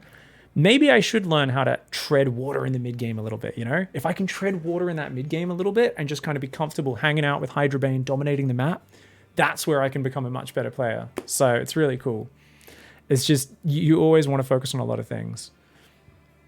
If you went hatch first, it would be faster. Potentially, but that's a very different build because then I'm giving up the scouting denial. That's the problem with hatch first, is my ling speed's going to be much later, and I won't have the earlier Zerglings, so it's going to be much easier for my opponent to kind of see what I'm up to. It's going to be a different sort of attack, right? So I don't want to change that fundamental basis, but I might speed up my second gas and my roach farm a little bit. I might cut a few more mineral workers. So there's lots of different things, and it's always good to like just go into one mode for a while, get really good at that thing, and then, you know, at a certain point, maybe it's not working in the meta or you're bored of it. You move on and you go, okay, let's work on a different style. And then it's more like once I defend something and I get ahead, then I go and kill them, right? It's more of a, but you always still want to have, even with macro play, you still want to go kill your opponent when you get advantages. You still want to have advantages and attack timings that you're building towards so that you can kind of find those moments.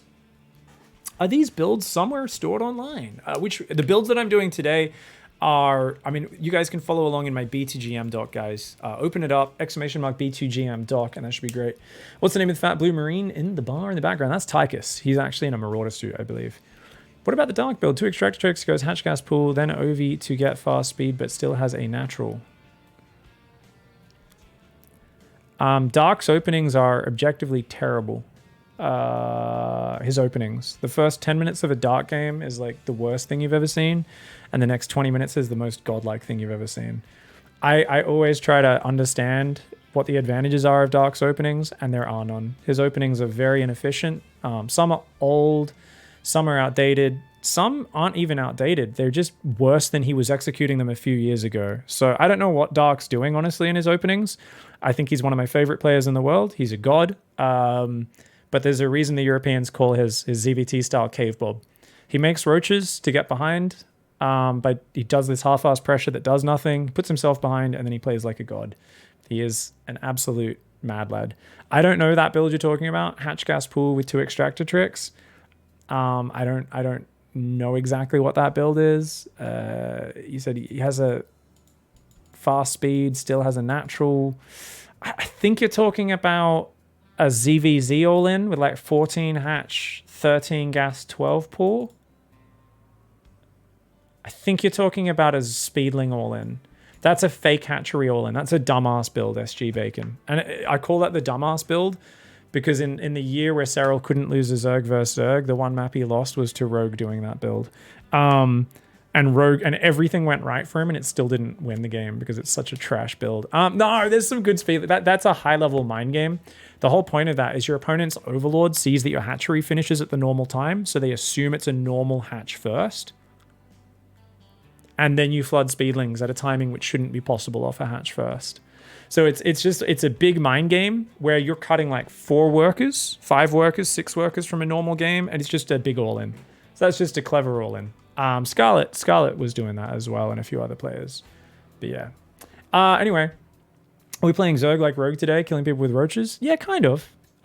Lots of roaches, mutas, more roaches, Ravagerling.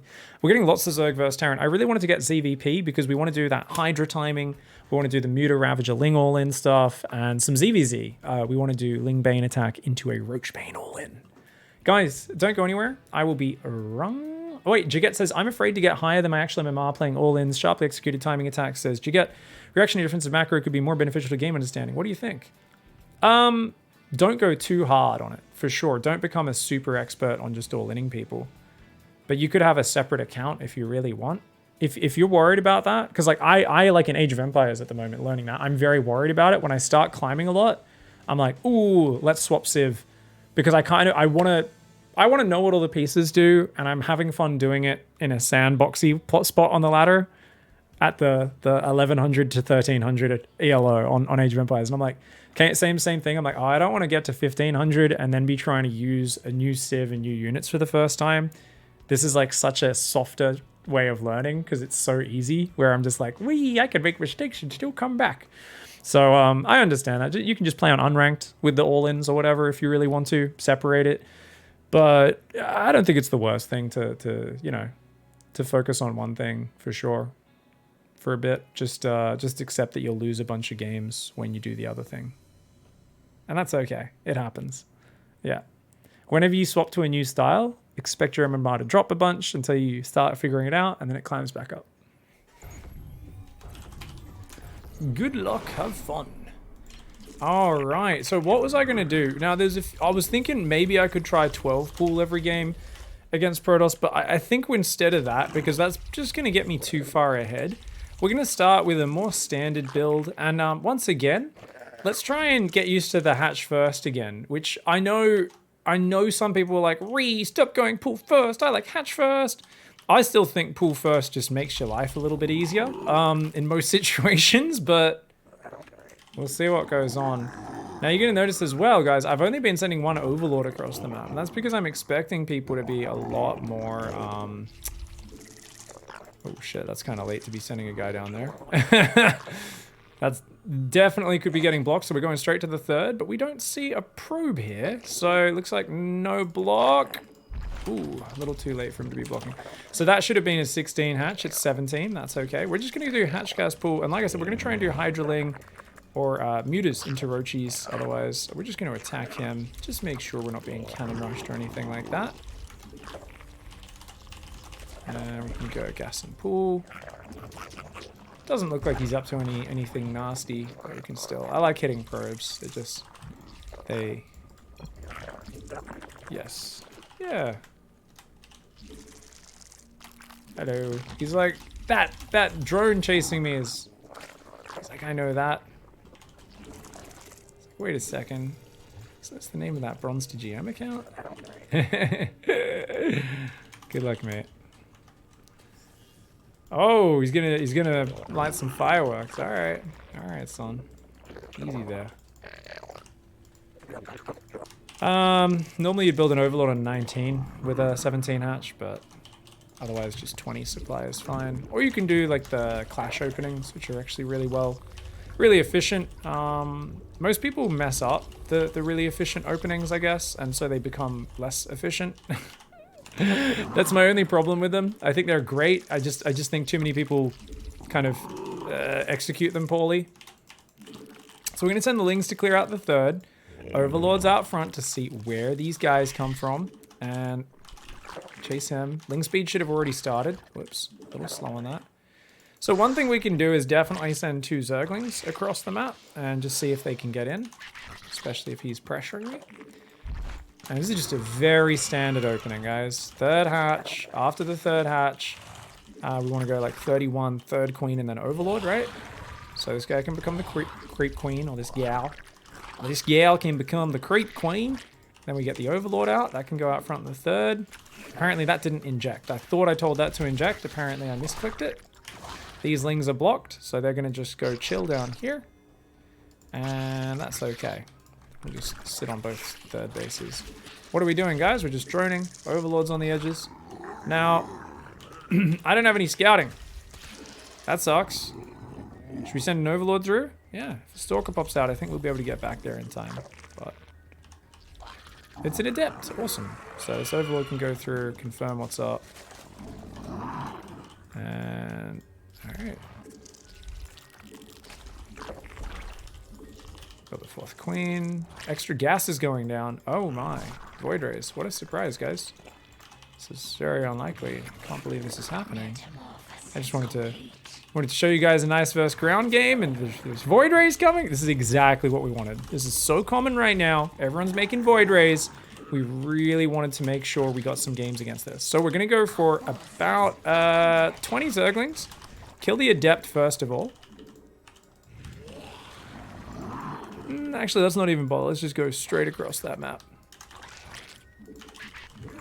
Put guys on gas. Let's go 4 gas.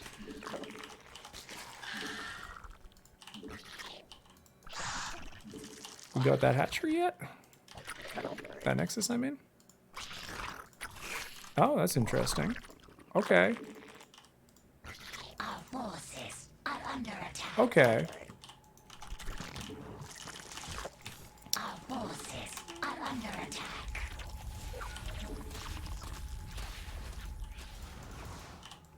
Oh, hello. So, this wall was also very weak. And the reason it was very weak is because it's on a diagonal.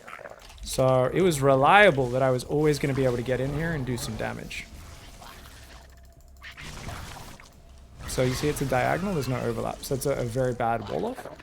And now we see my opponents going for carriers. Cool. So notice we've gone very quick gases. Normally I do this off like 5 gases, but I've actually droned pretty hard. So we're going to try and just do a pure Hydra attack. We're just going to make a Zergling there, a Zergling there. We're going to make move speed first. And yeah, we're going to make a few Hydras there, a few Hydras there. And all we're doing behind this is just going to be mass Hydra. I don't think we need anything else. There's only one gateway, 2 Stargates. All they can do is build flying units. The trick right now is that we do need to hit a hard enough attack to overwhelm.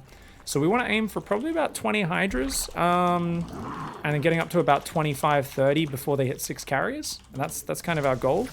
Now, let's see if we can just distract with some probe snipes, that sort of thing.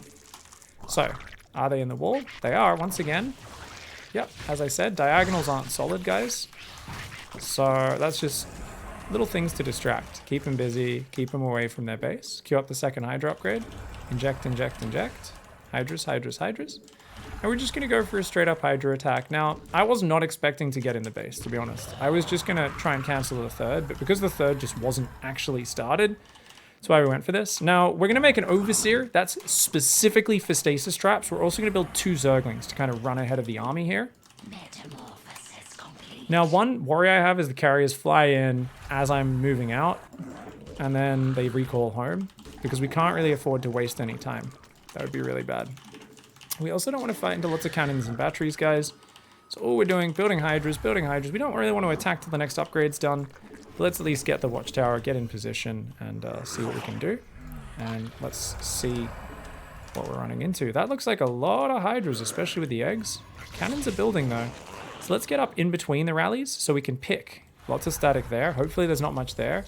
But if we can lure him out to fight in the open, then that'll be awesome. Now, bonus points would have been if I actually, inject, inject, inject. If I'd actually gone for,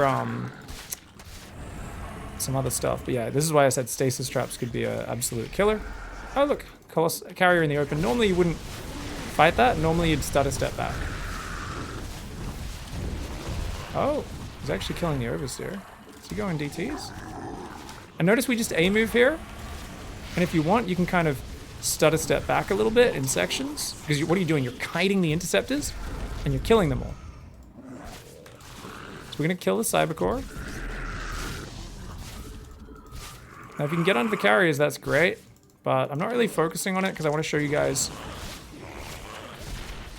how to just win the fight, which is, of course, A-move the interceptors and then get in there whenever they're out of interceptors. So my opponent made the mistake of letting the interceptors fight. I'm not even target firing right now. Target firing would be better, but I don't care. Killing interceptors, probes, whatever, it'll be fine.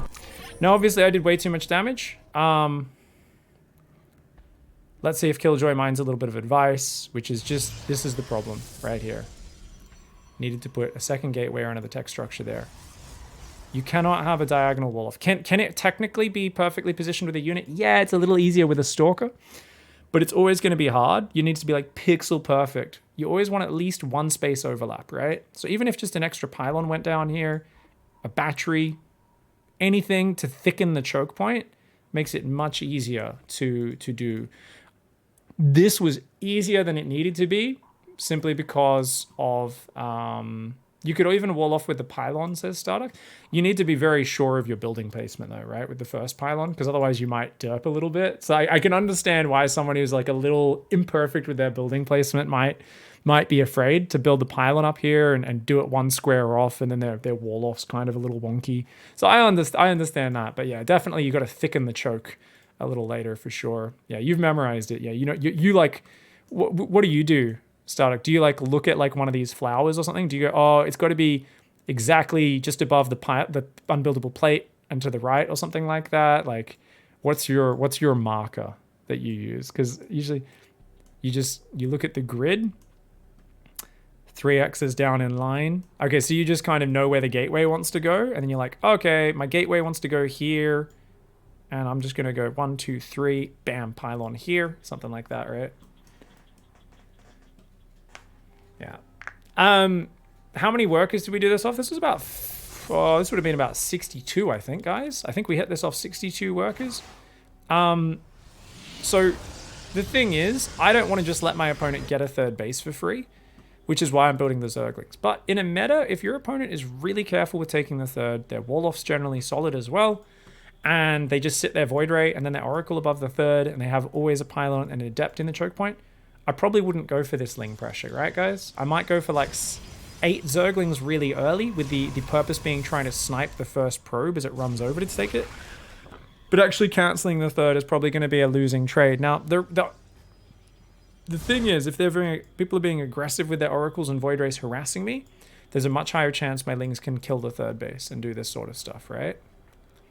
And you have an amazingly good video on how to wall off. That's where I learned. It's a pretty old video, but it still works. Oh, you should link it up, Cuckoo. I'll probably learn something from it. It's been so long since I studied my wall offs, so I probably could learn something from my own old video. So as I said, guys, the Ling run by, it's a little bit of a gamble, you could argue, but what I find is if you let a Protoss player just do whatever they want, they get away with murder. And this is what happens in PvZ at the moment, where Zergs are very paranoid.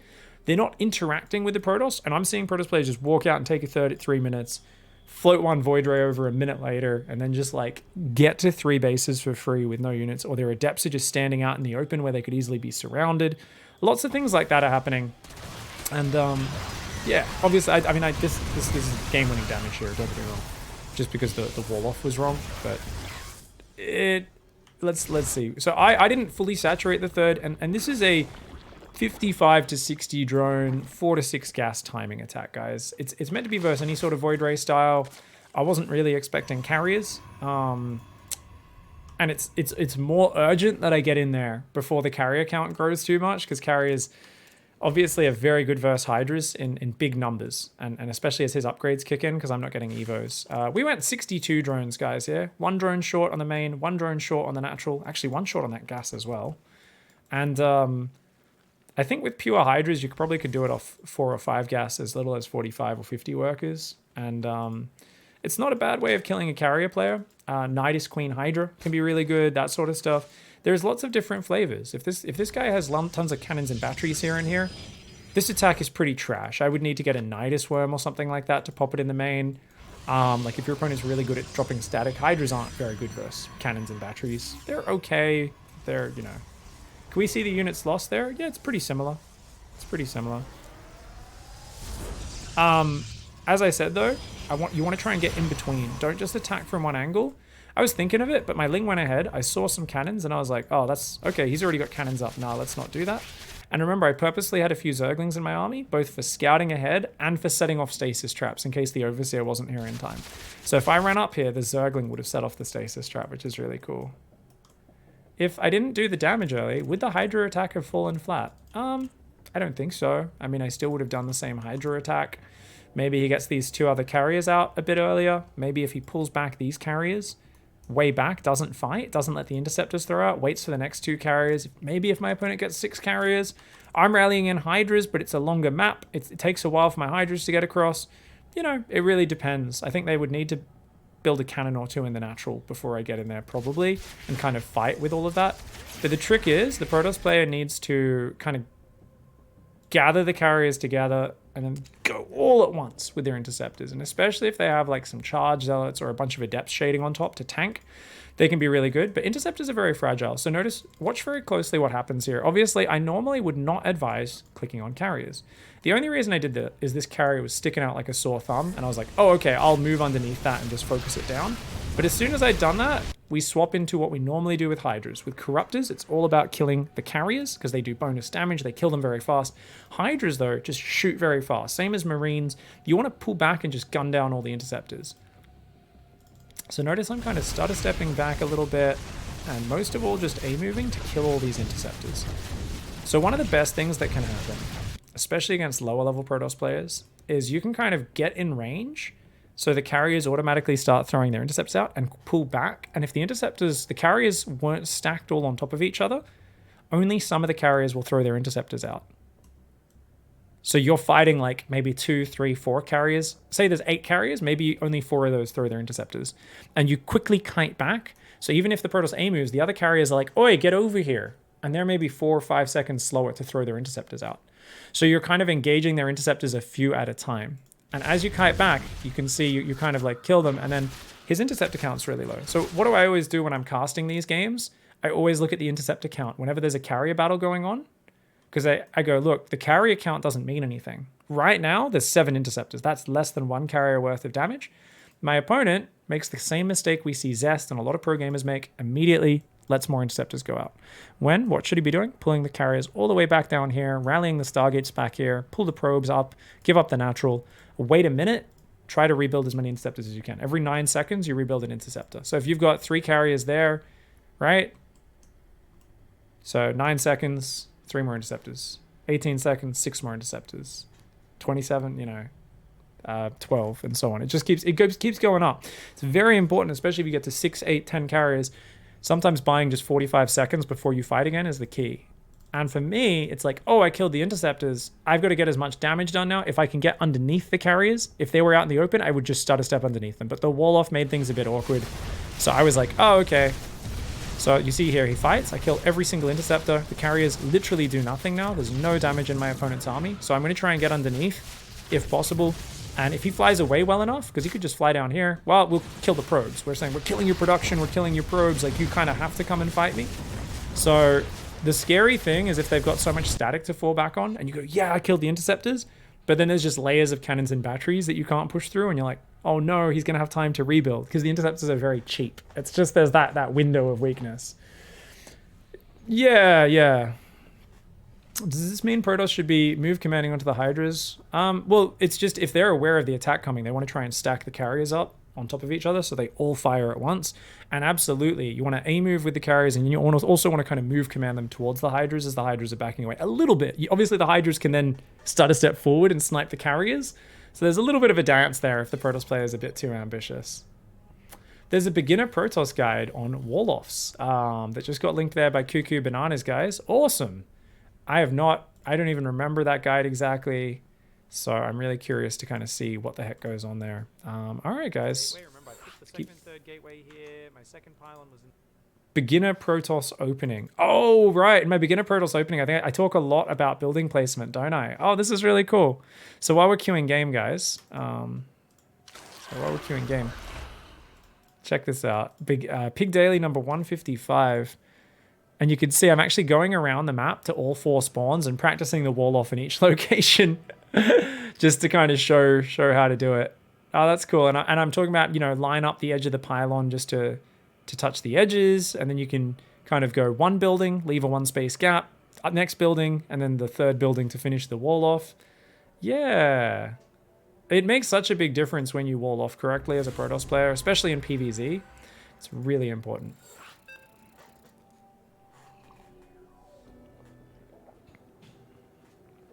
Yeah, there might have been more cannons and stuff. Hydra attack in of itself is not the most game-winningest strat, guys. But it's not going to automatically win every game.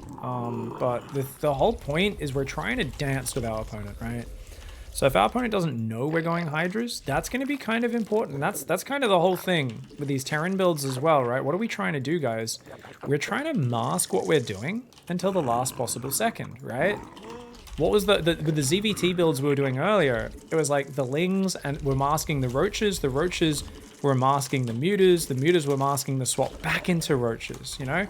And this is kind of the same thing here. If we're using those Zerglings, but we don't find an opening with them, we want to try and at least keep our opponent kind of like busy and distracted, because that's going to allow us to, no drone, no probe here? Okay. We would have just gone to take the third if so. It's going to allow us to just be a little bit more chill, isn't it? It's going to be really nice for us. So we see a probe coming, pretty standard time for that, nothing crazy. If we let our opponent see us, our first Hydra's popping out, and then more Hydras pop out, it's like, chances of us getting across the map and them not having any defenses. Let's attack that probe just in case he cannon rushes. You guys know I like to do that, just in case. I don't know how Gale Force plays, so. Looks like this pool and gas might have been a supply earlier than I normally would. So we can go in here and then back to the high ground, and it's gonna be too late for a cannon rush to happen soon. This is just a pretty standard opening off a hatch first. There we go. We can go back to mining minerals now. You go there. Who's missing a body? Up there. 20 Overlord. Real basic opening. This is a very forgiving opening. So that's 16 hatch, 18 gas, 17 pool. We make 2 queens and then 4 Zerglings. Super standard. Looks like this player's probably set up to have a much nicer wall off. We want to pull guys off gas just before we get to 100 and then start link speed, so we just leave 1 mining gas. Now we're going to put this Overlord out front to spot adepts coming from the left, this Overlord up there, spot adepts coming from the middle, and then we'll put one up the top as well, right? Now we've got a 4th base there, 5th base there. Awesome. Let's go across. I didn't change my rally point yet. Inject. And it looks like, I don't know. I'm just going to check for probes, because why not? So we've got these guys, and then these guys are on a different control group. They're going to try to run in there. Oh, it looks like there's an adept here, guys. We might have to do some fancy micro. Ow, ow, ow. Leave me alone. There we go, see if we can get some damage done. And if they do come across there and they're not careful, you do get a free scout, which is always awesome. Is there a Stargate? There is, and it's even building a Void Ray. Okay, so run this Overlord home. Start building extra queens, which we've already started, to be honest. We've just queued the SCVs to try and kill the Lings to kill some SCVs. Yeah, we could build a few more Lings just to see what happens. And let's pull these Overlords right back, because we, as always, don't want to give any free kills to our opponent, guys. And let's put a creep tumor there so we can kind of have some vision in the main base, okay? So, because we want to try and do Hydra timing and stuff if possible, but this map's really hard to attack on. We've got to be careful. Bit of a supply block here on 44. Let's build a few more queens if we can. Alright, let's get the lair, the extra gases. We should get a cancel on that. We don't have enough to actually fight the Void Rays and Adepts, but I think that's okay. So already we've disrupted my opponent's build. That was a very quick attempt for a third, remember? If we wanted to be fancy, we could try to stop my opponent retaking it, you know, snipe the probe, but we're just going to build 1 spore there in case there's oracles coming in. Is there a probe in the open? There's not. Let's see if we can get up the ramp. We can't. No worries. Okay, guys. Multiple Void Rays. Ooh. Spread that creep there. Droning. We're just droning up. Droning. So, let's put some Ling spotters out. And see what we see. Because we've seen that it's multiple Void Rays, we'll put that there. And let's go Hydrodan.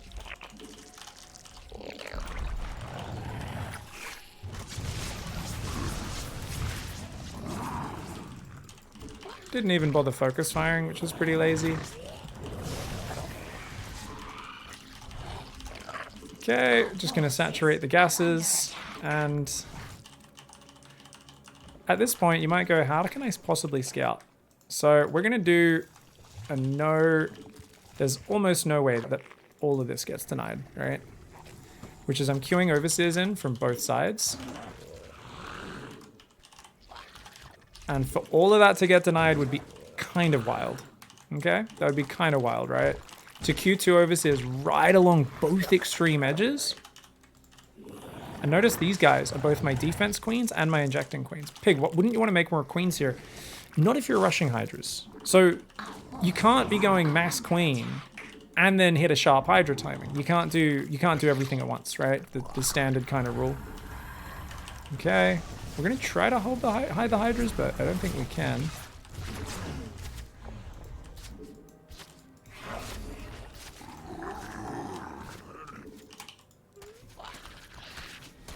Hey, that guy killed a Zergling. That was awesome. Now we're going to make a Baneling nest because we don't know what exactly there is. It looks like it is 2 Stargate Void Ray, but they're going to be going Charge and Fleet Beacon. So Banelings to deal with Zealots would be very nice, right?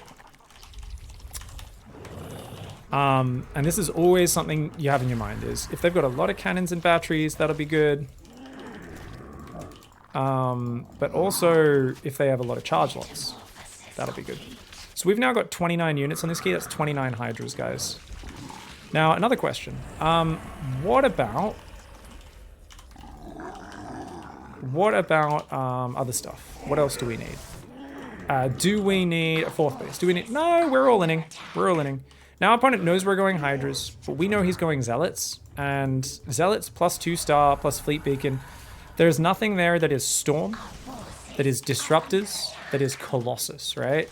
You might be like, well, Templar Archives could be Storm. It's not finished yet. We saw it was chrono boosting and we saw a Fleet Beacon. Where's he going to get the gas for that? That would be my question, right? How can my opponent be going 2-star Void Ray production? And we've seen a lot of Void Rays. How could he do that and then also do that? Like, you can't do everything at once. My opponent also can't do everything at once, right? So I'm not rushed with this timing because I'm like, oh, I think we can just like wait to have enough stuff here. And I don't think he could possibly engage. We're going to come from 2 sides. And let's go. A move. And I've got my Banelings on a separate key. They're going to steer into the middle of the Zealots. Oh, they're clicking on the shield battery now. Are my Banelings. We're building more Hydras behind this. Up to this point, it was all Lings and Banes. Because they're the faster reinforcing units and so on. And there we go. Perfect engagement. So my opponent did a thing a lot of people have, where they didn't build an army that scales very well. If I didn't have the Banelings, that would have been really hard, because the battery overcharge was quite scary. But it was all Zealots. The Fleet Beacon was overpriced. Void Rays aren't that good in a pitched battle. And Charge Zealots would have been amazing versus just Hydras. But we just added the Banelings there. Took a bit longer, because we scouted that there was no need to force the issue. I was like, oh, you're actually making a very short-term composition. If I rush over there with just my first 15 Hydras or something, like you can just defend with Void Rays and Shield Batteries. And then if I go with my first just 20, 22, 23, 24 Hydras, guess what? Charge lots. They're going to ruin my fucking day, aren't they? They're going to really ruin my day. But Banelings just ruin Charge Zealots. And Archons coming in was kind of scary. The battery overcharge at the back was kind of scary. I was a little worried when I went in with that attack, but I was already completely committed. So what did I do? Same thing I always do. Split my army on 2 sides. I attack move and I focus on one thing, which was the Banelings. Yeah, the Banelings took a little bit long to ram the Zealots. Absolutely. Absolutely. So that was lazy. I was too busy looking at what he had, and I didn't look at my setup to double check it. So I didn't realize these Banelings got stuck behind my Hydras, right? Which was pretty bad. It's pretty bad. These Banelings here, man. You got it. So I needed to just pull those Hydras north, and then these Banelings could have got through. So we should have popped these Zealots instantly. There wasn't actually that many Zealots, though, so it was kind of fine. And the Banelings, at least some of them, do end up getting on the battery. I probably should have clicked some Hydras on that as well. But thankfully, the Banelings, simply by going to the battery, were also, as they died, exploding on all the army. And then getting into the probe line after that. Yeah. I struggle a lot with these sort of players. My opponent actually was going Psystorm there.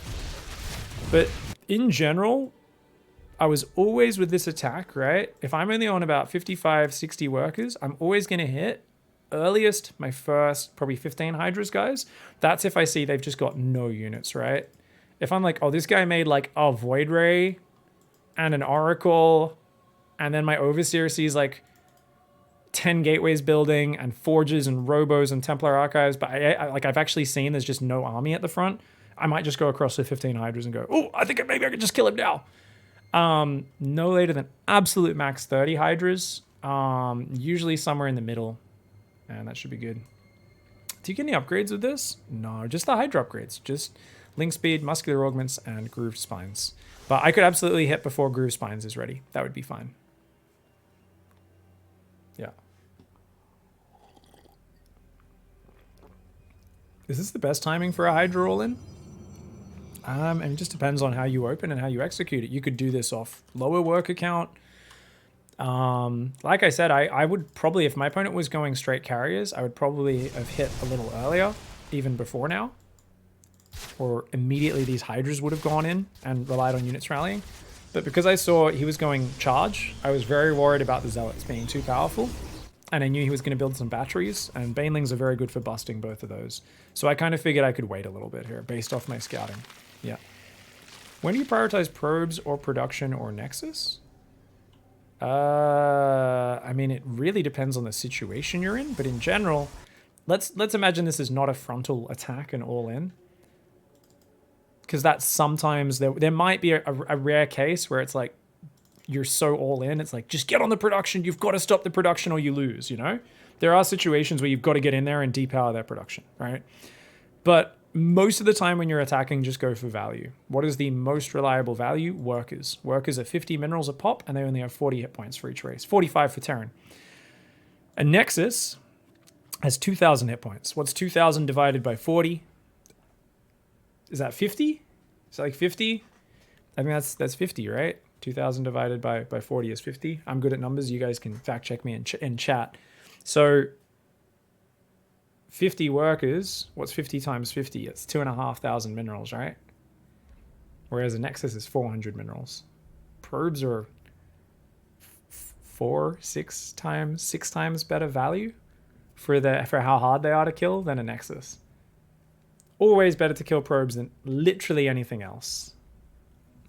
Fact check with 2-minute delay. We don't have any delay on right now. What are you talking about, mate? Why would we have delay on while we're doing a Bronze to GM stream? Your message is going to come up right here, fools. This is a very interactive show. So always go probes, number one. Bases and tech, it kind of depends whatever's available. Why would you choose bases or tech? Usually it's because the probes are running away, so they're harder to get to. Or if you come in with like a drop or something, there's a forge right in front of you. Oh, I might as well click on that forge that's spinning. Or I might as well click on a Templar Archives or a Robo Bay or something like that. And, you know, bonus points, if you kill the Templar Archives and the Twilight Council, they can't rebuild the Templar Archives until they've rebuilt the Twilight. That's a massive pain for them, right? So that's a big issue.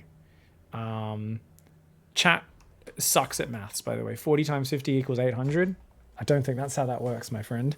All right, guys, 45.50. We're getting there. Let's go. But that's cool. So with this Hydra timing, it's kind of interesting because there's not that much we're doing earlier. I think I might do a Queen Walk as well in some of these EVPs. But for now, we're trying to stick with this Hydra timing, and we're trying to just kind of do everything we can to deny vision of it. So I think one of the big questions in that last game is, should we have shown the Hydras in my main to defend those Void Rays? I think we could have held those Hydras back, moved them around the top. You guys remember when the Void Rays were in my main? I was like, should I show the Hydras? And I was like, oh, maybe I can kill a Void Ray. I didn't kill a single Void Ray. Showing that I had fast Hydras out kind of alerts my opponent to the potential for that push. It's a bad choice. In my opinion, I think that was a bad choice, and I should have been punished for it. And that's why I kind of needed to wait for the Banelings, because my opponent did have pretty good defense. So I think what's really important is that I should try to hide that Hydra attack more. I should do everything I can to shield it. And I was only going 4 queens. I probably could go 5 queens just to have a little bit more something to disguise what I'm doing. And I think that might be more important. Have a few more queens to defend. Because if you have to show the Hydras to defend, it does alert your opponent to the fact that, hey, this psychopath's building Hydra.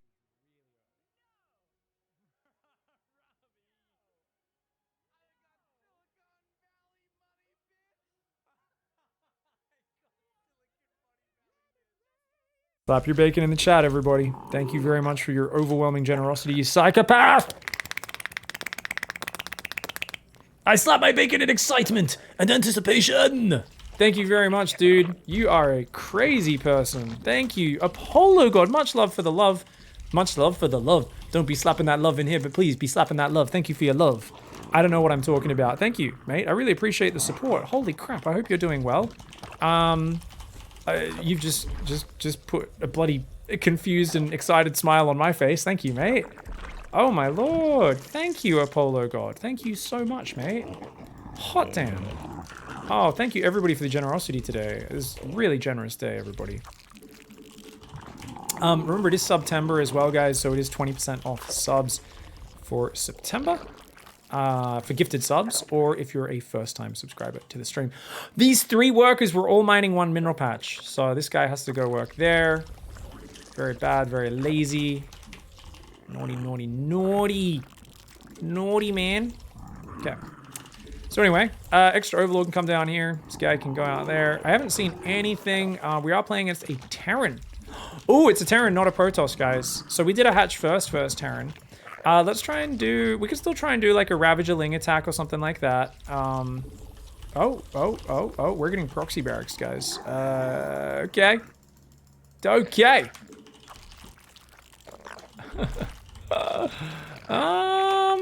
Let's just defend.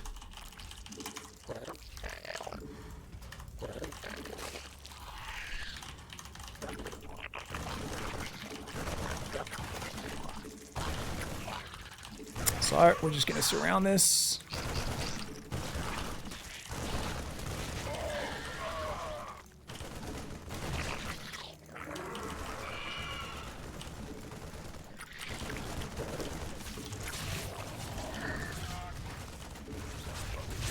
This is much easier to defend if you go pool first, because we could do that.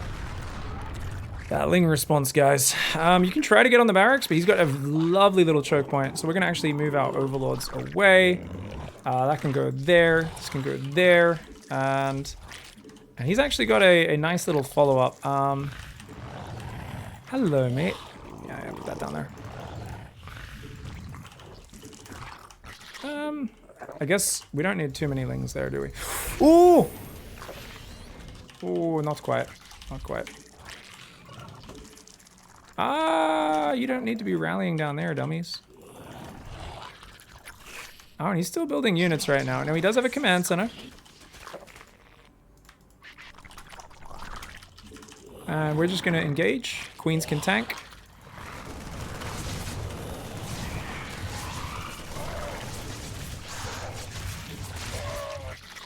Because I made Ling speed straight away. Because I scouted this so late. That's why we could afford to do this.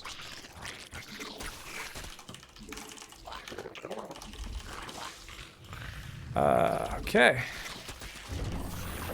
Cool. Okay. Cool. So we should be miles ahead. So the trick, you'll notice all my drones are on my secondary army key there. We've just cleared that to make sure I accidentally don't pull those into a fight. Not realizing. Oh crap, that's from early game. That's the trick really with defending though. If you've gone hatch first, just pull off gas. I started the Roach Warrant, then realized, wait, this is not pull first, so I can't really do that. And yeah, it's going to be much better if you do it that way. Okay. So what do we want to do from here, guys? If we want to get an attack going, well, because I'm just re-droning right now, it's going to be a bit later, because obviously we pulled off gas. So we put ourselves in a position where the only real way to have to counterattack if you've cut your gas like that is you can try to do a little Ling pressure, but you're not really going to be able to do much else. So we're trying to take a bit more gas now so that I can go up to this next stage of like aggression.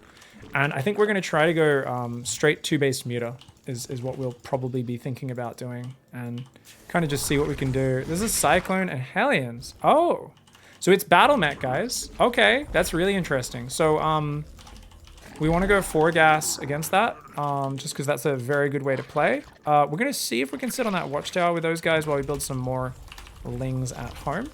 And let's try and spread a bit more creep.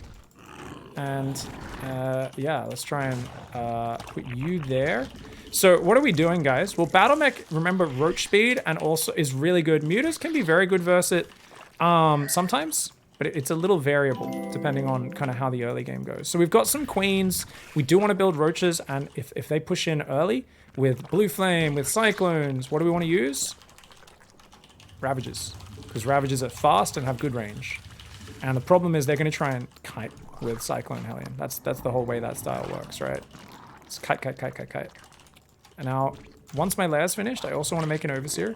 Because we want to confirm. What the hell is going on, man?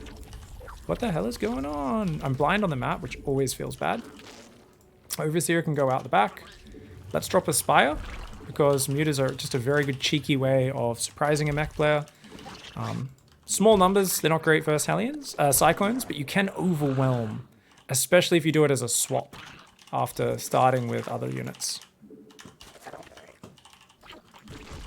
Because they're thinking about the other unit. Remember, that's kind of what we're talking about today, right? All that. Now he's going Battle Cruiser or Banshee, one or the other. I don't know which one.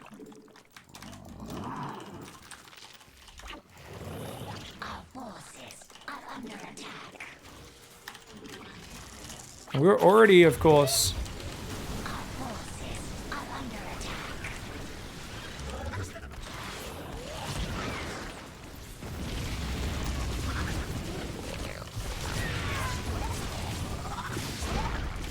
Okay. Oh my god. Oh, how did I not see these guys coming across the map, man? Can we get a spore over there, please? Ah! Okay, finally. Ah! Ah! Alright, so we're gonna do a little bit of queuing. And there we go. Finally, we clean that up. Now, obviously, that was real scary for us to deal with.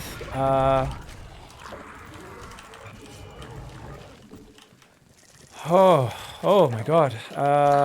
That very much surprised me. How many units just came in there? That was real hard, wasn't it? Cool. Very good play from my opponent, guys. I should have built spores the moment I saw the thinger. I was being greedy. I was like, no, we're gonna have mutas and overseers and stuff soon. And he just got me a little bit earlier than I expected. So we get punished there for taking a little risk. Is it the end of the game? Does it put me massively behind? Am I screwed? Not really. It's fine. It's just, you know, that could have been a lot smoother. So we're building mutas right now, which obviously shuts down his banshees. So we're trying to hide them. And hopefully the banshees come over here, but I think he might have noticed them. Okay. We're now going to set up a roach run by, because if you're not active on the map, that's usually bad. And we're going to swap into our normal play from here. So what's our normal play? Remember, roach bane. It's your one-size-fits-all solution versus mech. Mutas are getting ready in their staging location. Oh. Okay. It's gonna be annoying. I'm droning the fourth here. These guys are going in. Okay. And we can just trade with the Hellions. Spread them out a bit so we're not taking splash. Fly into the Widow Mines, which is super lit.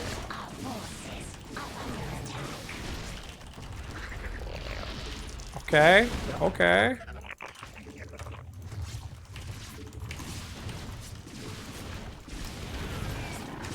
Okay. What the hell, man? This guy's really good.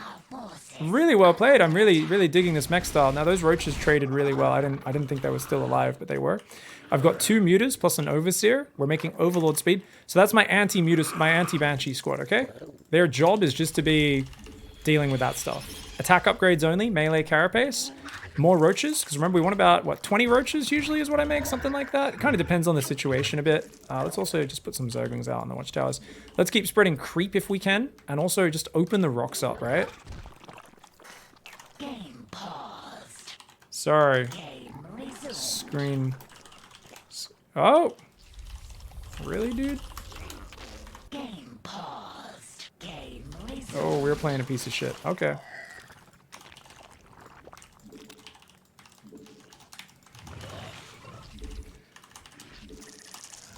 This player might also be watching the stream then, right? Maybe?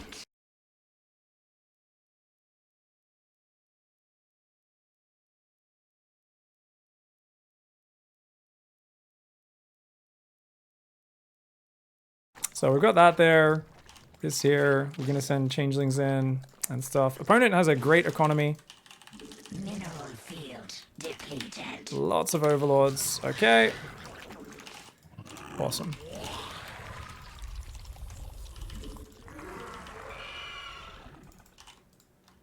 And thank you very much, guys. Petite Drogo, what's up, dude? Thank you, man.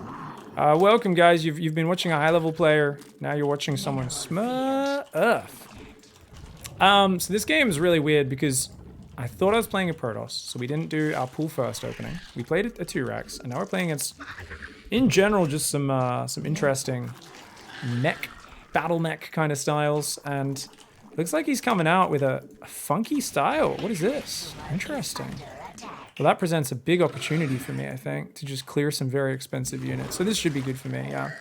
I don't have Bane speed yet. Oh, apparently it never even started. Okay, that's fine. It's alright. Let's go over here. We can block the Hellbats, of course. With the Banelings. I mean, I guess they're not really needed for anything else.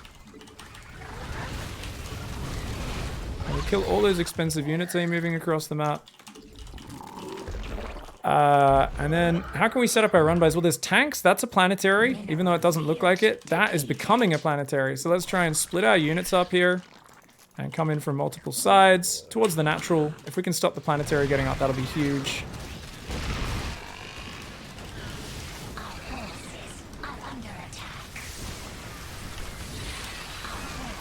Alright, and if the lings can kill that before it's done, that'll be great. And just get some lings on all of these guys.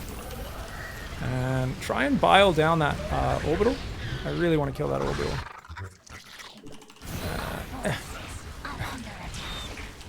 Oh my god, this is not efficient, but you know, doesn't need to be.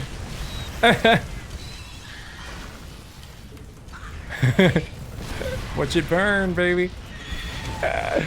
Cool. Okay, let's just F2A move the main, throw that whole army away, and let's make sure that we don't die. So how do we do that? Make sure all of our hotkeys are here. It looks like, I don't know what the fuck has happened to my queens, but they've either died or I've accidentally run them all across the map. We're spreading creep, and we're just remaking Roachling Bane. And the important thing is just to attack with a big enough spread. You're not taking maximum splash. And Roachling Bane's a pretty easy composition to wipe a mech army with, unless they're crazy heavy on tanks and they're well spread. But there's almost always either a way in, or you wait for them to move out, and then you crush their army, and you go from there. This was a real chaotic game. That Hellbat Cyclone Banshee timing was one of the most bizarre things I've ever seen in my life. This player went double factory, but then went a starport and built Banshees as well. I've never seen someone do this. Normally, it's one or the other. So this is me and my understanding of how people play StarCraft kind of leading me down the wrong path a little bit. Where I was like, oh, you're making Cyclone Hellion, because I saw that Cyclone earlier. And then even though I scouted the starport, I was like, oh, is this a BC? Like, what is this? No matter what it is, it's 7 minutes in the game. Yeah, everything's delayed because we played against the proxy Rex. We should have just put a spore down in each base. This is very greedy to not immediately make a spore and an overseer in each base. And that would have helped me out a lot, because then I could have shuffled one of the spores down to the mid ground and defended. Now, this was still a very committed attack. 41 SCVs versus 55 drones. Thanks for the Where's the Bezos upgrade box. structures? Only one armory going. You know, third command center is finished, but my opponent's also not powering SCVs afterwards, so it kind of worked out okay. People pause to be arseholes too. Yeah, I mean, I immediately explained that my screen froze. Like, my screen just kind of went black for a second there. And I was like, and so I said my screen froze, hit pause again, and then I was like, oh. I get it, it's an intense game, but yeah. Only person that paused should be able to unpause? Nah, because then people can abuse it. Pausing is it's something that should be granted to you by the opponent. You've queued into a ladder game, you don't have the right to waste other people's time online. It's manners and it's etiquette that they should give it to you if they don't want to be a dick, but It is what it is, right? You can't, because otherwise you can have someone, there are people like, they have a history of playing that person and they see the guy and like, haha, I'll pause the game at the start for 3 minutes. Every game just to piss the other guy off. Like there are people who their time is not valuable and they're happy to waste their time to screw with other people. So, proxy barracks, and this was a proxy 2 racks. Hatch first, I mean, it's just more vulnerable to this sort of thing. Pool first is a little safer. But this is why in Zerg vs Terran, a lot of players with their second Overlord, rather than just sitting over their natural or putting it out front, they like to actually, sometimes even with their first Overlord as well, you'll see pros, right? One Overlord goes here and then over here, and then goes across the map to scout, and the other Overlord goes like here and here. You can never check 100% of the spots, but if you want to, you can check a lot more of them. And some people will just use the second Overlord, it'll go check here and here, or here and here. The problem is there is always areas you haven't checked, right? There's always areas you don't check. So it's up to you. If you guys want to play that metagame with your Overlord paths, you can. I like to leave my Overlord up front so I at least get a warning of when it happens. And what was kind of funny this game is I actually was like, yeah, well, nothing's happening. Let's move across the map. And this Overlord abandoned its post way too early. Way too early. Thankfully, we do see, oh, what the fuck? A depot, no barracks, and then already a second depot. Oh, shit. So that tells us anyway what's going on. And we'd already played the greediest possible opening, guys. We built 20 drones, 2 queens and 4 lings as standard. And remember, I hesitated. I went roach horn, and then I was like, no, that's dumb. Pull off gas, just pull every drone. I left 1 mining. So this is a massive drone pull. You could argue you don't want to pull this many, but because I reacted kind of slow, I felt I needed to overcommit. Notice the most important thing here. Main army is still on 2, but the drones are number 3. Why are they number 3? Because you want to be able to right-click those on mineral patches to phase through the enemy units and drill through them and surround them. So that's going to help out. Punkx says, how did you stop this? How did I stop? Oh, the Hellbat attack, you mean? The Hellbat Cyclone attack? I was building roaches already, so I just built more roaches, more queens. I plonked down some spores, and then I moved a spore out in between the rallies. I just had to run drones around my third with a few shift clicks a few times to stop them all dying. I lost a few, but it wasn't the end of the world. So you can see here, it got kind of nasty because they're phasing through, but only 2 actually went through the mineral patch to get there, and I was like, shit. So I kind of had to box some and go around. But because we already got the surround, it was A-okay. The other important move here is as I was chasing guys, I actually split some units back. And I said, you guys kill these SCVs and clear these bunkers because we can't let... If I might kill some Marines, but I'm going to have to fall back. There's always going to be more Marines coming out. And if those bunkers are like finished, that's a problem. I actually let them both finish because I didn't micro. And Zerglings are fucking stupid units. Like really fucking stupid units. They don't have fucking brains. Do your job, Zerglings. So what should we have done with these units? We should have done a little bit of micro here. We should have done a little bit of micro, which I didn't. I was lazy. Okay. So when I box these units and just pull them back, I just A-moved them. I was like, they'll kill the SCVs. It'll be fine. And what's surprising to me is that they didn't automatically aggro onto the SCVs when they moved. I should have gone like, hey, attack, shift A click, shift A click, shift A click, so they automatically follow the SCV even when it moves. Or just shift right click. If you queue up multiple attack commands on an SCV that's building, it means even when it moves to a new position, they will reacquire it, as long as you queue up like 4 or 5 extra attack commands on it. Because otherwise, if you just have one, what happens is when it's phasing through the building and it's not within reach, they're like, I can't get to it. And they change kind of what they're doing. So that can be a bit derpy. To be honest, with an attack move, I thought they would automatically go for the SCV. That guy does. I'm really shocked that this guy doesn't go for him.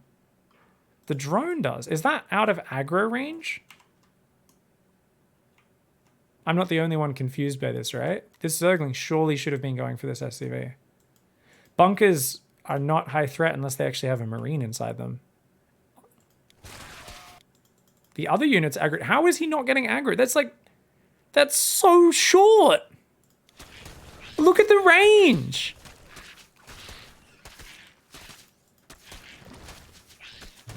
He has an attack move command. I guess when the bunker's finished, I guess the SCVs aren't a threat if they're not attacking. So SCVs are the same threat as a building, I guess. But then why did these guys, the SCV and the Zergling, aggro? This is where we need printf. You guys want to understand the inner workings of these minute things? The answer is just micro better. And if you actually want to understand how it works, go ask printf because he actually understands the inner workings of the AI. I do not. Jesus.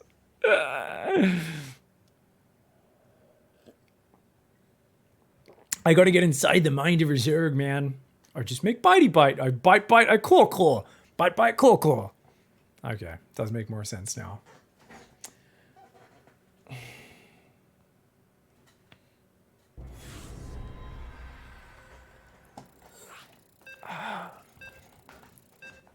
What do we got? ZVP? ZVZ?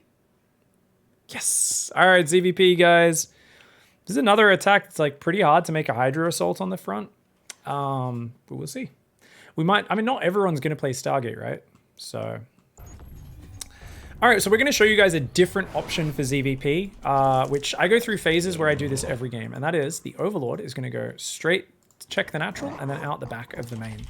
So we're already planning to sacrifice the first Overlord just to find out if it's Twilight or Stargate. And especially if there's a good split between the two builds. It's pretty nice to know this early because then you can choose your opening very early on. Your build order. You can be like, oh, okay, it's Stargate, doop-de-doop-de-doop, or, oh, it's, you know, I'll need roaches for Twilight Council. This is a really nice, easy way of scouting, because our scouting is queued up before the game even starts. So, cue the drone to the third base, expecting our natural to get stopped.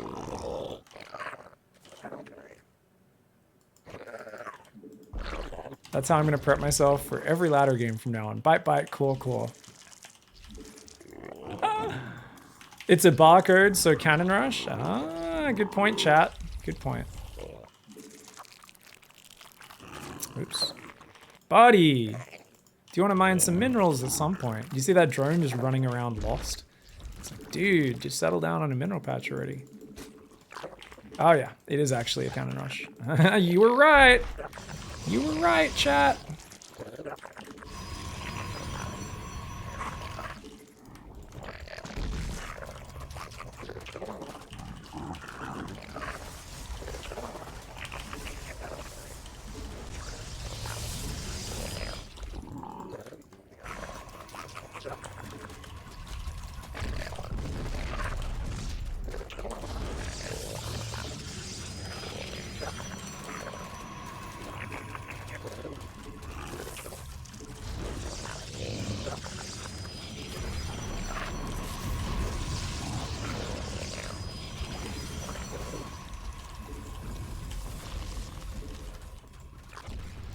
Easiest defense of my life,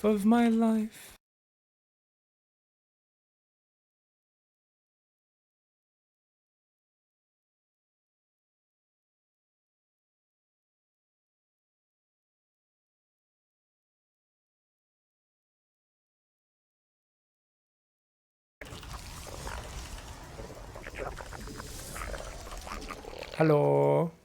My man.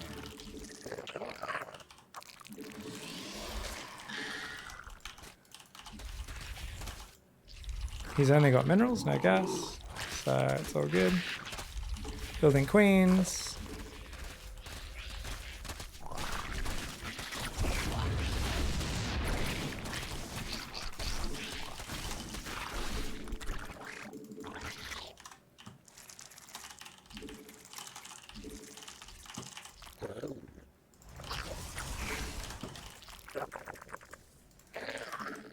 Just stop him regenerating his shields there.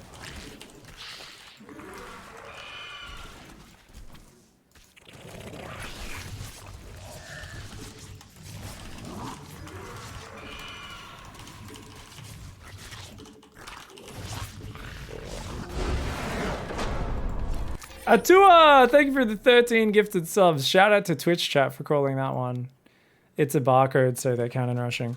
Did they dodge my Overlord? They did. They did. They came down the right. Though, to be honest, this Overlord never would have seen it, I guess. Anyways, my second Overlord, as always, was queued to go over the hatch and then out front. So as soon as it came in, we just pulled a shitload of guys. And I notice you have a habit of continuing to rally your main hatchery to your natural line after defending cannon rush, and then you oversaturate, and then you realize and rally both back to main. Absolutely. Yeah, normally if I wouldn't be talking as much, I think I'd remember it a little earlier. But it's definitely something that does happen in these situations where you're kind of trying to make sure you're like, oh, what's their follow-up? Make sure I'm doing everything okay. And you're like, oh, wait, my rally points are in the wrong spot. So it's almost something you can change at the very start. Set the rally point in the main back to its own hatchery the moment you realize what's happening. But it's not as high priority as coming down here. So what is the most important thing, guys? It's the same it's been literally forever with defending a cannon rush. It's just split up, attack all the pylons, and you can't always get to the cannon in time, but you can always kill all the pylons power. Well, not always, almost always you can kill all the pylons powering it. There are a few very abusive spots that are really hard to stop. You will almost never run into these perfectly executed cannon rushes in the best spots. If the moment you see a probe coming in, you send a drone to attack it, number one. If the moment you see 2 probes or a pylon going down, you pull a whole bunch more drones. And in this case, we knew immediately, like you guys will notice, if you look at my response, it's a little bit layered, right? So I'm like, oh, 1 probe, pull probes. Immediately I see the second probe, which means I know this is super committed. And I'm like, wait, that's not enough drones. Grab more, grab more. And it took me a few seconds, actually. I should have pulled them all. I leave a couple drones mining, but even then, when I see this wall off, I realize there is so much surface area that I actually can use almost every drone to attack this. And as long as I tear it down, I'll be good. So notice I do send 2 drones to attack that probe. I don't really bother microing them. I'm like, just try to kill him. And then everyone else, I go, okay, you guys attack that because it's the most exposed. And I go, okay, you guys attack that. And you'll notice I'm shuffling them around and I'm giving them specific attack commands.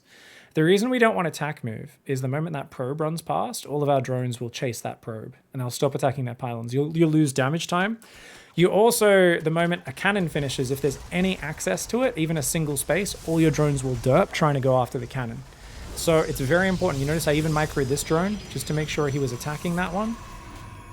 These guys there. And then when I see that he's going to die as well, sometimes I'll do stuff like I'll go, oh, you guys attack that, shift attack that. You guys attack that, shift attack that. Because I know there's going to be more surface area. And these guys, I ended up going like attack, shift, attack that. Or you just do it when it finishes, depending on how things are going. Right? At some point, I pulled both drones off that probe, which I really disagree with. I should have left at least 1 drone attacking that probe, making his life hard. And you can see I've got 2 drones, or 1 drone that doesn't have surface area anyway. And behind this, what am I doing, guys? We're building drones with whatever little money I have. I've cancelled the gas. And you can see just making sure these guys are attacking all different targets. And that's it. It's 4 drones if you get it immediately, right? Per building. For a cannon, 3 drones immediately will kill it, 4 if you get there a little later. But in general, in this scenario, you want to open things up because there's buildings behind buildings. You just want to kill everything as quickly as possible. Because this is a 100% committed. This is not 1 pylon and 1 cannon in the open. This guy is completely all in, building every single building, every bit of money, piling into getting this one situation. Getting it up. And you just need to break through so you get access to the cannon in the back, get access to the probe in the back, and actually take it down. By the way, so for people who've just tuned in, we were at the start of the stream kind of workshopping some different options and things. Aggressive plays that you would like to see, questions, all that sort of stuff. This is an interactive thing, so please suggest it. Please suggest things you guys want to see or you think would help you learn. We are looking for clean timing attacks, planned layers of killing our opponent, and we're looking for the path of least resistance. We're trying to just get in our opponent's face and kill them. We're trying to hide attacks, often with earlier pressures or attacks to throw our opponent off balance, to force mistakes, and it's going to be really good. No idea how many drones it would take to kill a gateway when it starts. No idea. Yeah, I have no clue. Good question. Oh, Killjoy's playing Zerg? Oh, does Killjoy play both races? Oh, cool. Oh, good luck, have fun, mate. You play T2 or just ZP?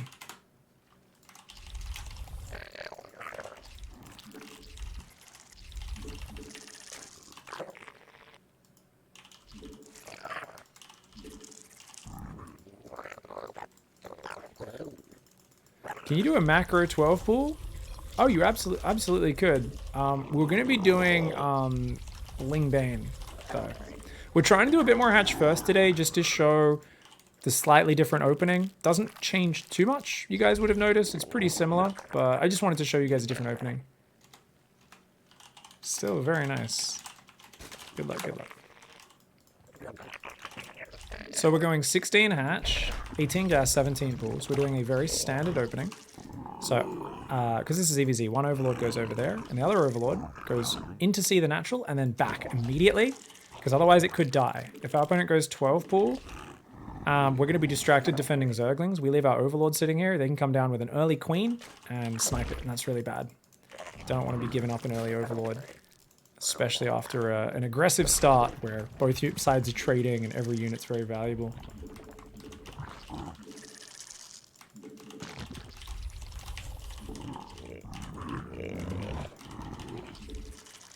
Yeah, I would say memorizing the number of workers to kill a structure is not the most important, guys, just because usually in those scenarios, you want to crack those walls open as quickly as you possibly can.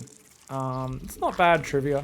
Definitely is good little knowledge. I mean, I guess especially for the number to kill a nexus, or sorry, a hatchery blocking your base or something like that could be good. But yeah. So the next overlord, outside your base. Really important to see what's happening there. And remember, this is going to be a completely standard opening. We're doing stage 2 of aggression is the key. Now that's a couple Zerglings, but they're not very fast, guys. So I think there's a normal, yep, it's just a pull first, ling pressure, very chill. I'm going to build 6 lings just to make sure I can respond to it, okay, without losing too much. We're not going to pull off gas at all, okay? I'm also going to try to hide a drone over at the 3rd, just see if we can get that down, because we're going to have to run it away anyway. And oh, nice. So obviously we're down on Zerglings here, but we've got 2 more, so we should be fine now. Because now we can get our 3rd. And remember, after the 3rd, we do want to go straight for the Baneling Nest. Inject, inject, Baneling Nest. And if you want to kill it, move beyond the Overlord, then Q your Queen to attack move. Because he's distracted by the Zergling battle, this could work out for us. See?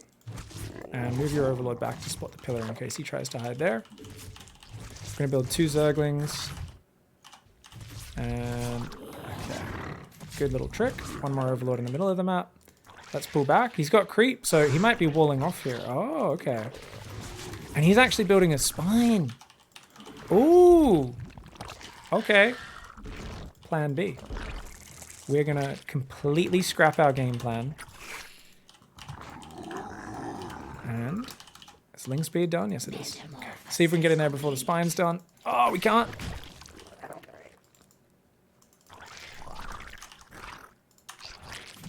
Ooh. So we're just seeing if we could get in. But behind this, we're going mutas. And the reason is our opponent's shown lots of things that aren't ling speed. He can't be aggressive.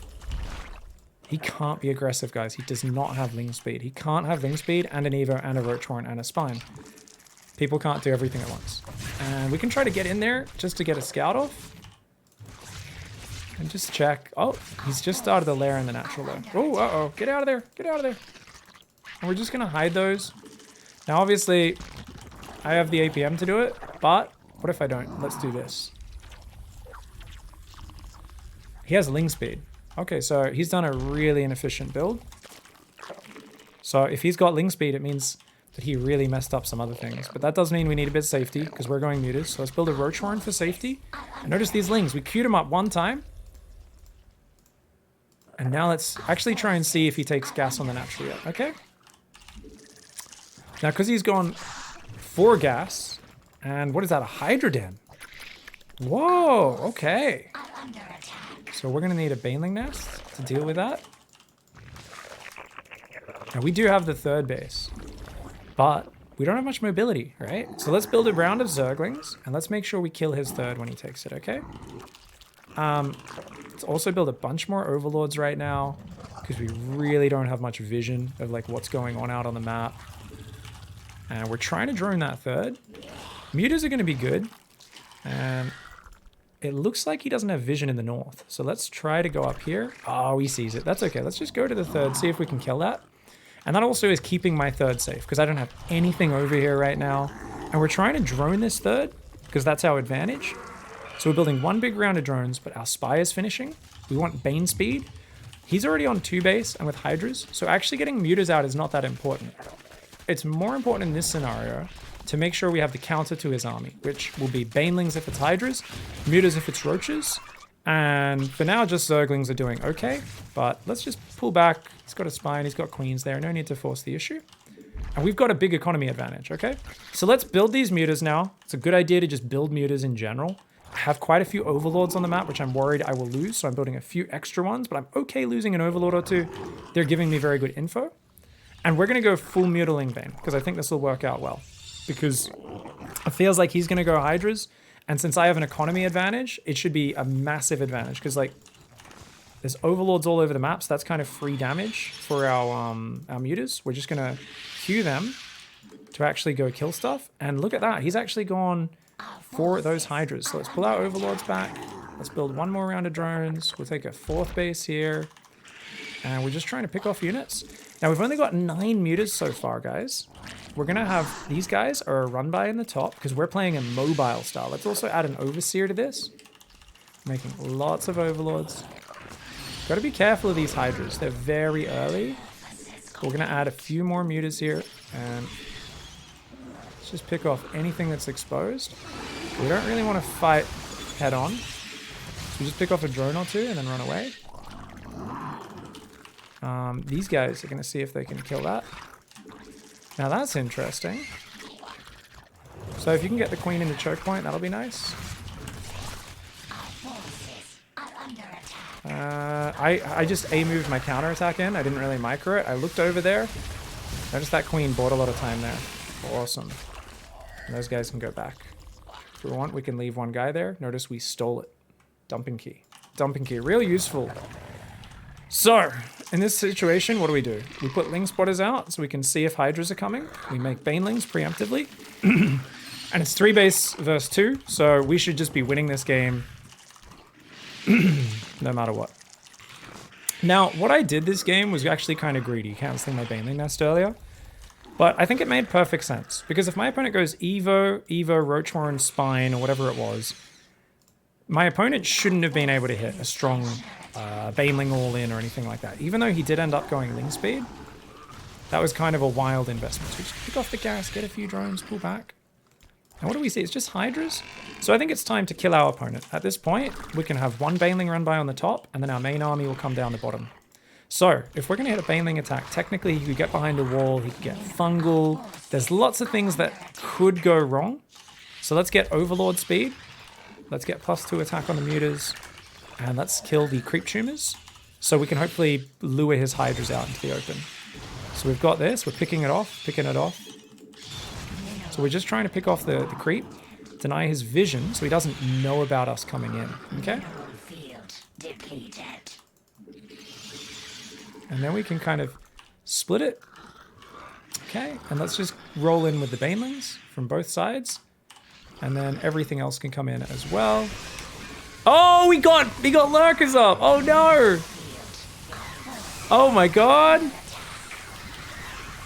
I'm A-moving the queen, so I'm taking those down. But wow, he got very quick lurkers. That's insanely fast lurkers, guys. Wow. And they cleared my stuff up. I think I might have enough mutas to just fight though. Because we're so far ahead economically, teching a lurkers that quick is not very solid because you're just down on numbers. So he does end up quite far behind. No upgrades on the Lings. No, I was expecting a 2-base Hydra push. So upgrades is something I would have added as I was droning the 4th. I'm not droning the 4th. These are just drones from my main. I definitely would have added 1 melee for some melee upgrades and some other stuff. But because my opponent was on 2-base this whole time, I denied the 3rd, there was no need to go to a longer game. We knew that my opponent would be forced to push into me. Turns out my opponent didn't push into me, right? Which is kind of surprising.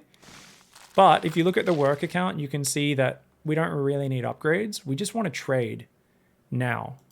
Because we're so far ahead on workers, like I said, 3-base versus 2-base this whole time.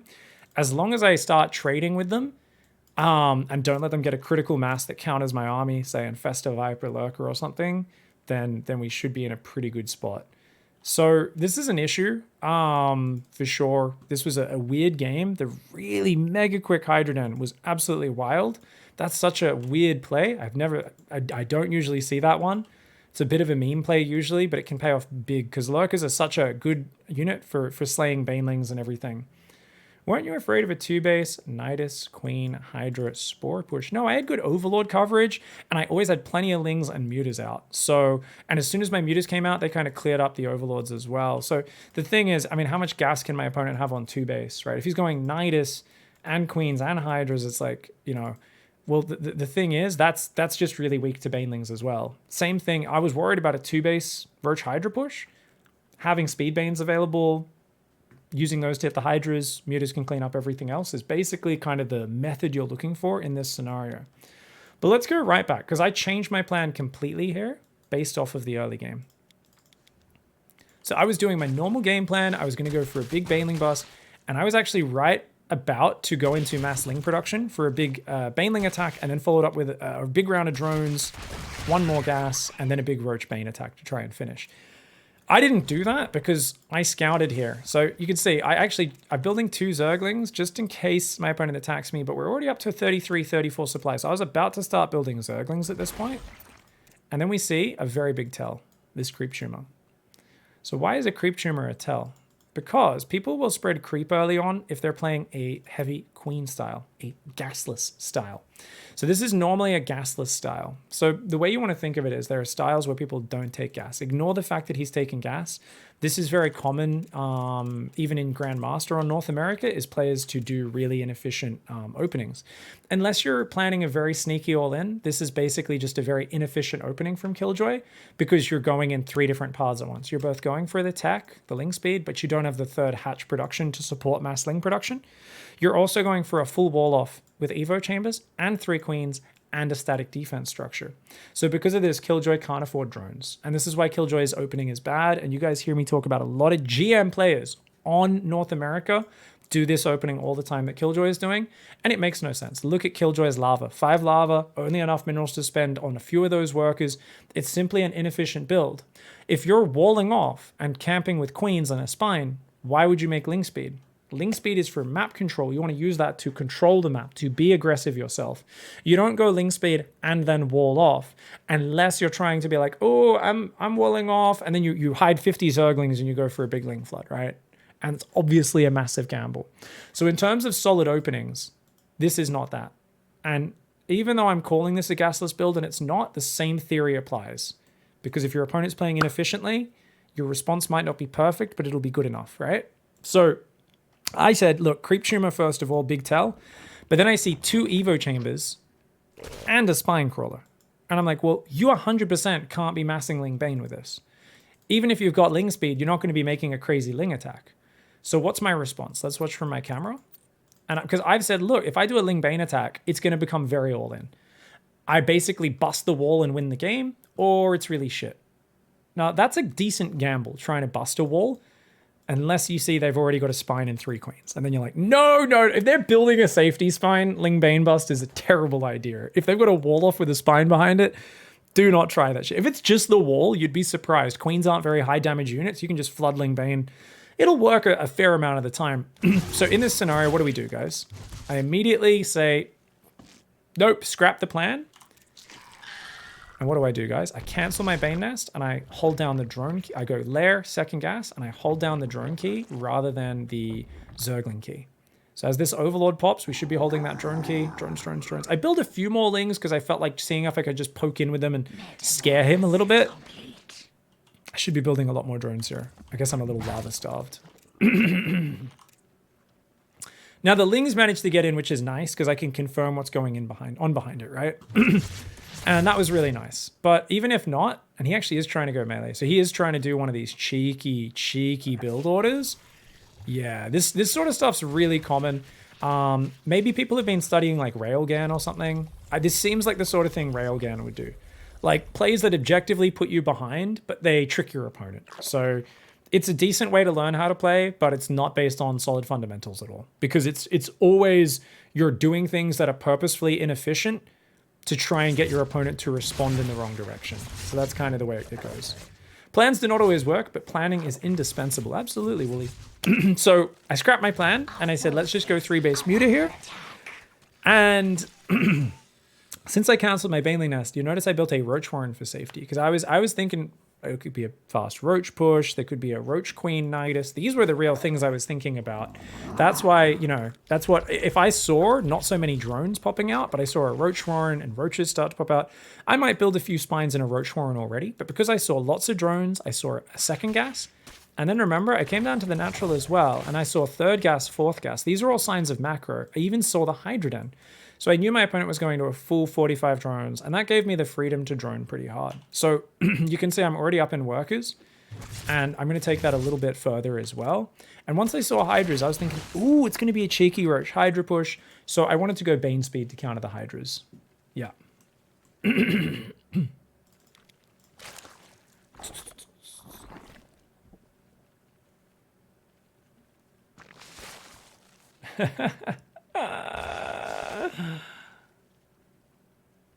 Ooh, go the pork roll, Jackson. Dude, I could go a pork roll. I haven't had one in ages, but none of the bakeries around here are open right now.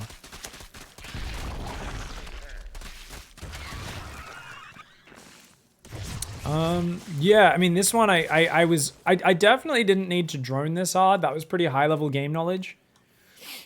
2 Baneling Nests. I canceled the first one, Liquid Yield. Remember? Because we were like, oh, you're playing Roaches. I don't need a Baneling Nest. But then we rebuilt it because we saw Hydroden. So we said, oh, you're playing Hydras. What the hell? Yeah.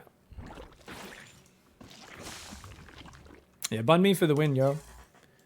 So this is kind of funky because my opponent played a style which made no sense. No offense, Killjoy. It's basically, I'm going to try and surprise you with melee Zerglings, and then I'm going to try and rush Lurkers on 2-base. But it's a very, very gimmicky super tech style is what I would describe this as. A lot of people do this sort of stuff on NA.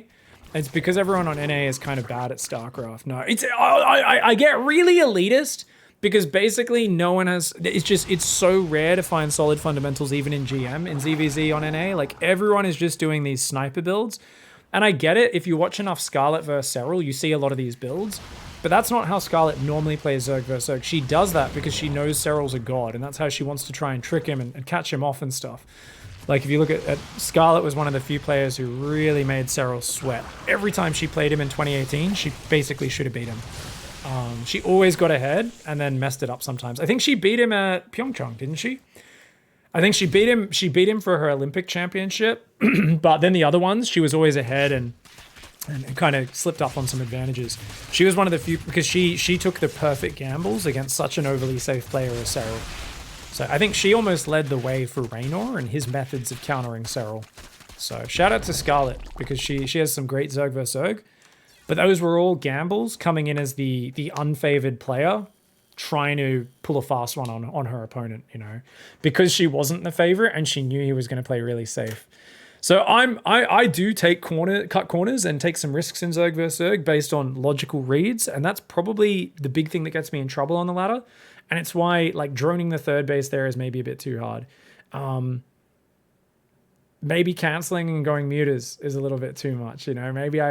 Maybe I should have more one-size-fits-all game plans to deal with the insane gambles, because it seems like most players, it's hard if you're playing players like what I just played against and most players on the NA ladder, because they will willfully put themselves behind over and over and over again, like, and very far behind in the games. They'll take very late thirds while playing speedlings. You know, they play really weird, surprising tech that has big weaknesses because they don't have the economy to back it up. And that really is a mind screw for someone like me who likes to get a read, figure out what my opponent's doing, and then kind of counter it and focus on that one thing, because they're always being tricky and actually not doing that thing. So ZVZ becomes really mind gamey and high level. How could we have played a bit better there? I think if I sent an Overseer through the moment my lair finished, that would have been me being a bit more mature as a player, a bit more responsible as a player. And that would have hedged my bets, right? So it's easy for me to get caught up in trying to understand how my opponents are playing. But on the other hand, sometimes just go back and look at what's actually on the screen and on the map, right? Maybe we don't need to explode our brain going, this means this and this means that. Maybe we can just make a habit of sending that overseer through and just double check what their next step is. And that's probably pretty easy for us. So you guys have just heard me kind of reasoning out, me making things too complicated for myself, going, this is too complicated and stressful, and then simplifying it again and going, just send an overseer in again. I would have seen the lurker den. It would have made it even easier. So it is what it is. Make things easier. If things get too stressful, you're probably tangling all your mental cords together and making it harder than it needs to be.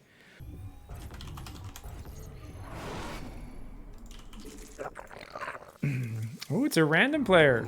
How do I play versus random? Let's send a drone across the map at the very start, see what we're up against. Just make our life easy, guys. And you know what's cool? Is I can block their hatchery potentially. Excuse me.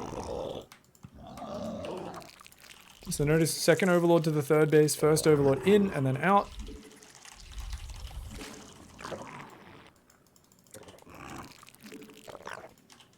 And we're going to go 17 hatch. Now, normally I'd go 16 hatch, but because I've sent a drone across the map so early, I'm kind of like, yeah. So we're going to block the hatch. We're going to be a Protoss player. I'm a Protoss player.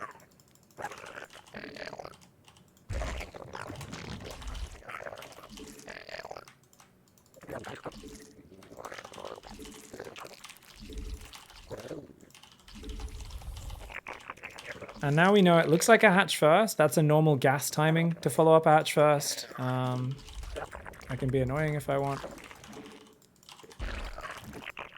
What's my opponent doing? Hatch gas pool. Okay, cool. And then he's taking his third, right? So we just forced my opponent's build to be a little wonky. My gas and pool are a bit later than normal because obvious reasons. Just check that his hatchery is indeed there. So he gets a shitty base location. And my build's a little delayed. That's fine.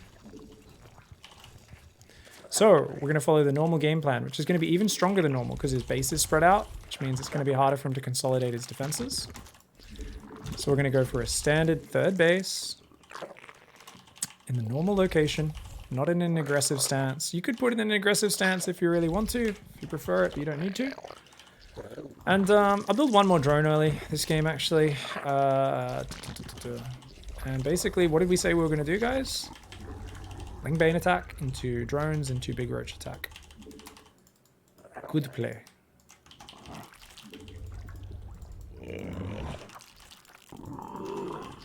This overlord can stay a little bit deeper. Do you guys know why? Do you know why? It's because there's no hatchery here. Queen would have to walk much further to push me back. So we can actually see the drones rallying out. Tells us he's not doing a super quick speedling roll in. Okay. Okay. And we're going to let's group these Zerglings up so we can micro them. Hatchery, Baneling Nest. We're going to build 2 Zerglings at home just in case we need it. See if we can get a probe snipe here, or a drone snipe I should say. And then we can just run away. Or maybe we can get one more. No. Okay. And 33 supply. We'll go non-stop units from here. Let's build 1 extra overlord ahead of time. Just to make it nice and simple. Okay. And I haven't seen anything out of him. Let's try and make 4 banelings forward. I actually really need to pee. Okay. Now, because he's coming across, we could end up in a pretty messy situation. So we're just going to leave 1 baneling there, and everything else is going to rally. And we're not even control grouping it. The hive cluster is under attack.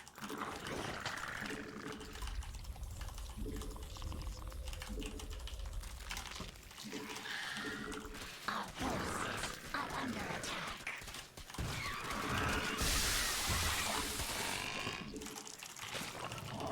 Okay, and behind it, Roach Warren, gas, and drones. Oh, he's already gone for Roach Warren super early. Our forces Oh, he just blasted my drones.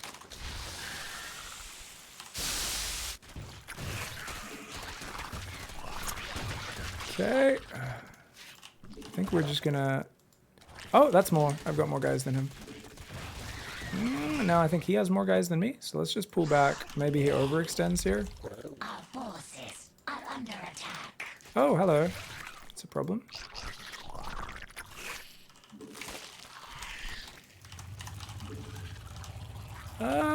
Do we just go all in here? Well, he's actually coming at me with roaches, so yeah. Okay. Let's try to do a baneling. Surprise baneling. Hey! Oh, nice ping. Oh, that's no fun. Got the Australian server. GG's. So he was doing the same sort of thing as me. So this was kind of like, which makes sense. Yeah, like we're both doing it. He's doing it with 2 less drones, so he actually should have been able to get the aggressive momentum. But my opponent made a mistake, which was trying to defend. So the trick is, and is also going Roach Horn too early. I went Roach Horn and second gas way too early, guys. So I kind of found myself building a second wave of Ling Bane, whereas normally I'd be droning and going roaches behind that. And that's because I saw he was committing to Ling Bane, and I was like, shit, I can't like drone just yet. But then I still put down the Roach Horn and the gas too early. I would have been better off building the big round of drones, then get the Roach in the second gas, and even delaying that to get another wave of Ling Bane out, since we were in such a chaotic situation where having more Ling Bane was really going to help. But so never defend. In this scenario, you don't have extra queens, you don't have extra spines, you've got no defender's advantage. So this is actually, Ling Bane versus Ling Bane is one of the rare situations on StarCraft where there's an attacker's advantage. And the reason is, if you don't have like, say he had this expansion and he has 3 queens, he could pull 3 queens to the front, have a few banelings, he can defend, and that'll be fine, right? And that'll be okay. But if not, he doesn't have a defender's advantage. So pulling home was the wrong decision. He should have committed more to the aggression. Tried to morph some banelings at home, used his rally to try to defend, maybe put this queen in the choke point, try to scrap together some sort of defense with the rally and making banelings at home, and then you know, do what damage he can on my side as well. But the moment he sends everything home, our opponent puts himself in a very tough situation because it's just harder to defend than it is to attack with Ling Bane. Now what's funny, guys, is he actually clicked these banelings into my main and I didn't notice because I was so tunnel vision on the front. They actually got some pretty good hits. That baneling damages them. Oh, we don't quite... So if I just shuffled that queen to the left, it would have been good. But instead, I actually killed quite a bunch. Ow. Ow, ow, ow, ow, ow. And then we killed a bunch as well. I was up 2 workers. And I killed one of his queens. So I was ahead. I wasn't sure. I was like, I don't know. This is a game, that's for sure. It was very close. Without the Bane hit, was he ahead? Without my Bane hit or his? Because our Bane hits kind of cancelled each other out by the looks of it. I think mine was maybe a little bigger than his one. I'm not sure. The last Baneling that finished. Yeah, my Banelings had already wounded all those drones, but I hadn't microed it. So that's why they were all wounded but not actually dead. Yeah, no, that last Baneling was real important. Otherwise, I mean, the thing is, if I didn't hit that Baneling, I would have been trying very hard to get more Zerglings into his base. Because if you've got drones in the red, they die to just a couple of Zergling hits, which is cool. Yeah, we're already hitting people who are just a couple hundred MMR below GM, guys. We're almost in Masters 2. And I think what's really interesting is we are seeing such wild variety in games. And there is so much that you guys can actually do.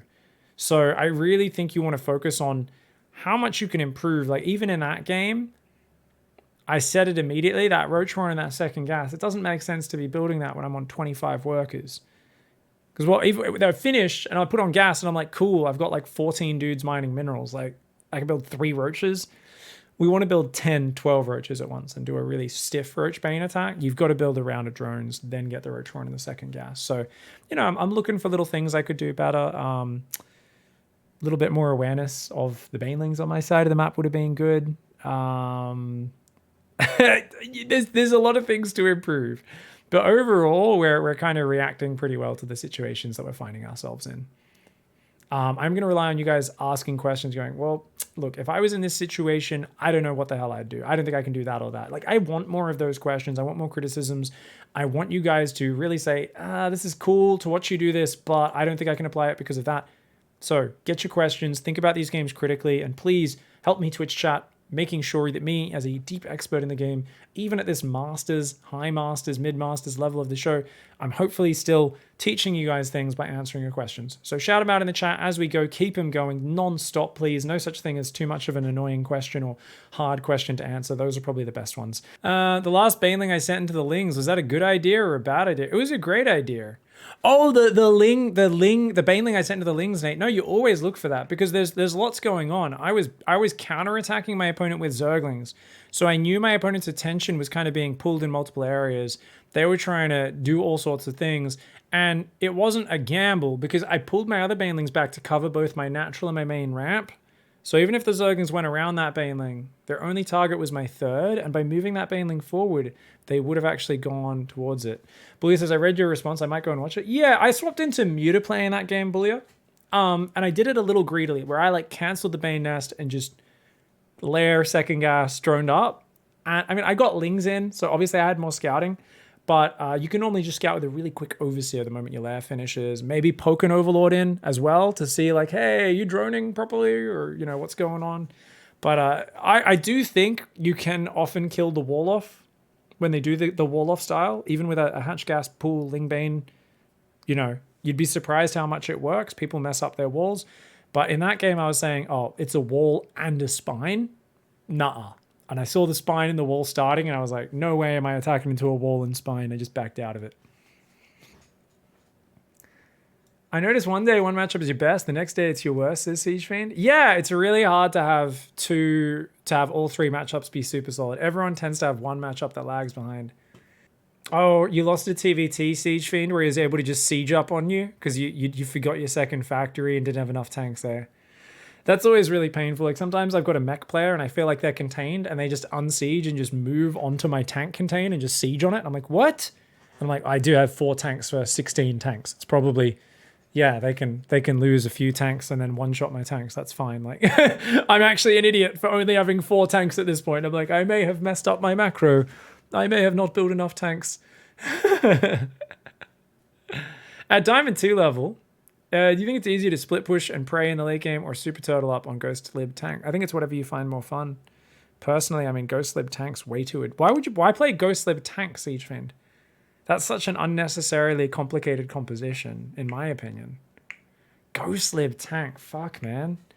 Why not just play like Thor Lib or something? I mean, if you're going that late game, it's so expensive. Unless you're like mass nuke harassing, because most people can't do that. You're just queuing nukes everywhere and going, If you're not using nukes, I think ghosts are so easy to fumble. They can be really good for sure, but it's hard to make plays with them. Whereas like if you just go like Lib Thor, that's a sick composition I found. I've started doing it finally. Super expensive, but if you're playing late game, maybe that. I mean, I would rather do tight pushes in the mid game, usually personally with Bio, and then definitely add drops and stuff for sure. And if you get a real Marauder heavy army, it can do pretty good. Marauder versus like Ultras or versus Roaches, right? Just have lots of Widow Mines peppered all over the map, yeah. But yeah, there's different ways you can do it. Different ways you can do it. I prefer whatever's easiest to win. I mean, if you're good at queuing drops up everywhere, go for it, sure. I had great pushes, I was winning, then they got Ultras, and I couldn't take good fights anymore. It was real frustrating. Depending on how fast you're pushing and stuff, I mean, definitely playing pure bio mine medevac and just doing a bit of split pushing and dropping and that sort of stuff. And then if they're trying to all in you, pull back into a defensive mode. I mean, that can be a way of simplifying your game plan. That could work.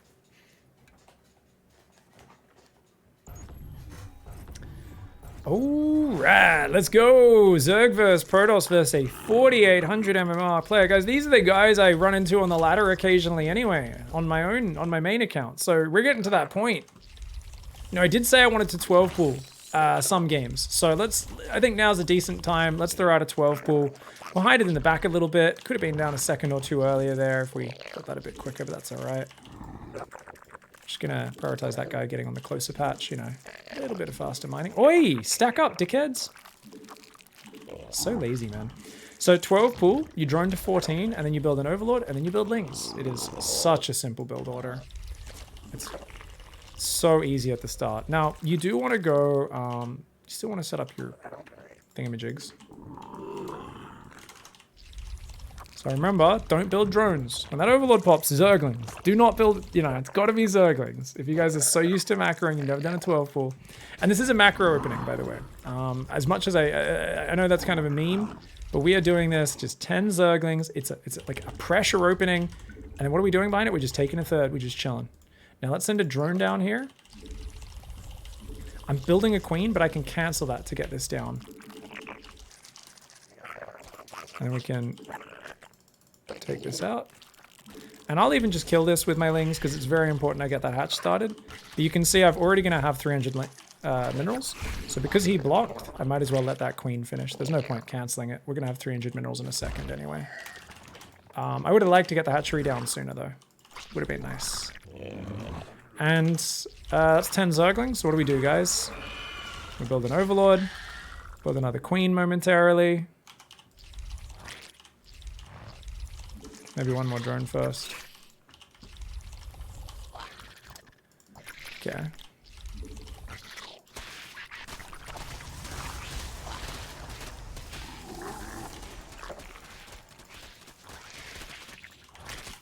Because these guys are on a different control group, so we're going to try and get this around.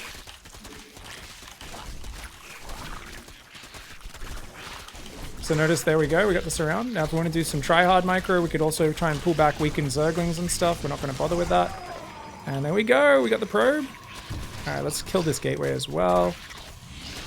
Since that's the one that's building stuff and it's already almost dead. And then we can try to depower. Get another thingo. And, okay. Just kill that probe, run into the main. And, oh, he's surrounded me. Well, this is all mining time he's losing, remember. So all you need to do, you don't need to kill stuff here, you just need to evade. And anything you can do to evade is going to be good. It looks like he does almost get us. Not quite, though. And we do get another kill, and then it's over. Okay. So anyways, we're going to put a creep tumor there. We're going to put a creep tumor there, third base. And we're going to play a very gasless style. Now, he's obviously building a robo, so my opponent is preparing here to attack. Potentially. Ooh, okay, let's hide that overlord for sure. Let's actually hide up there. So we're going to go overlord there, overlord there. Put these overlords out a little bit, yeah. So anyway, a lot of people would freak out here, right? Be like, yeah, I gotta make gas. Yeah, you need the gas. I hate gas. He just built a stalker. Does it deny scouting? Yes, that's a full wall though, guys. Can he even attack us that hard? Maybe. Gas is for cowards. 4 minutes 30 is when we go double gas. Does that seem late? Yes. Is this a little greedy? Yes. If my opponent hits a really sick counter roll in because they think they're too behind, will they kill me? Probably. We'll get better at reading those with experience. For now, I should have a few Zerglings out there. This is why this guy's out here, by the way. It's to see if he comes across the map. We'll put him out there just to see if he's coming. So we'll build 4 Zerglings. And let's also take the double gas. 420, why not? I've already got 2 mineral lines saturated. I think this is already delayed enough. And we've got some great creep spread. And we can also drop a roach horn.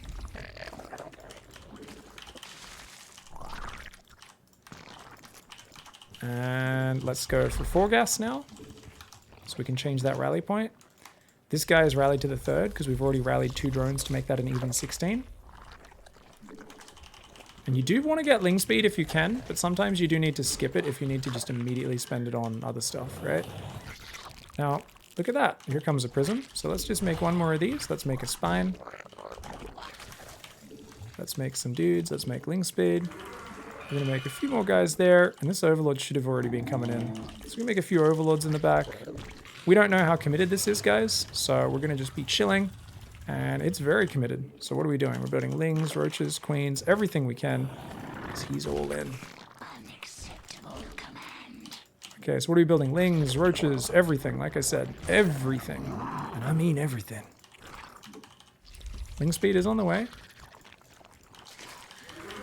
I should have been making more roaches first.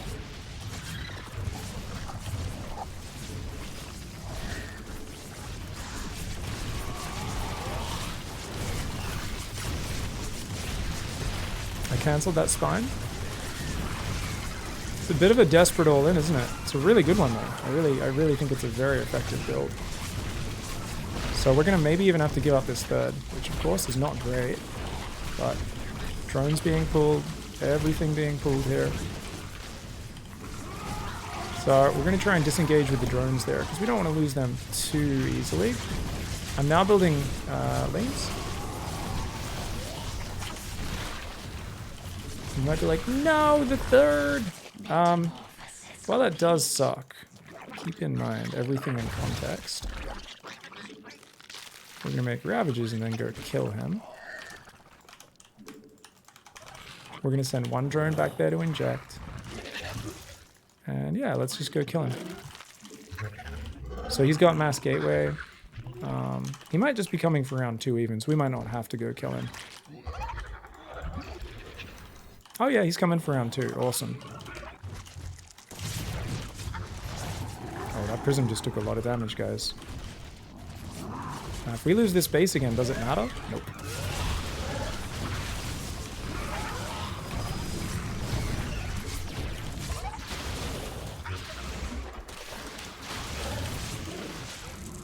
And then we can just do whatever we want.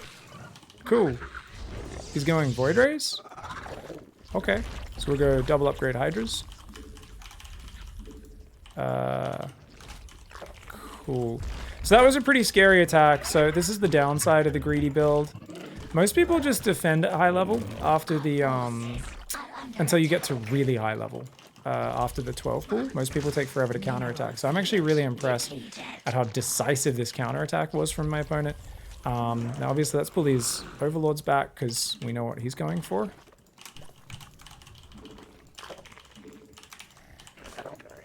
Which is going to be... Yeah, macro on up.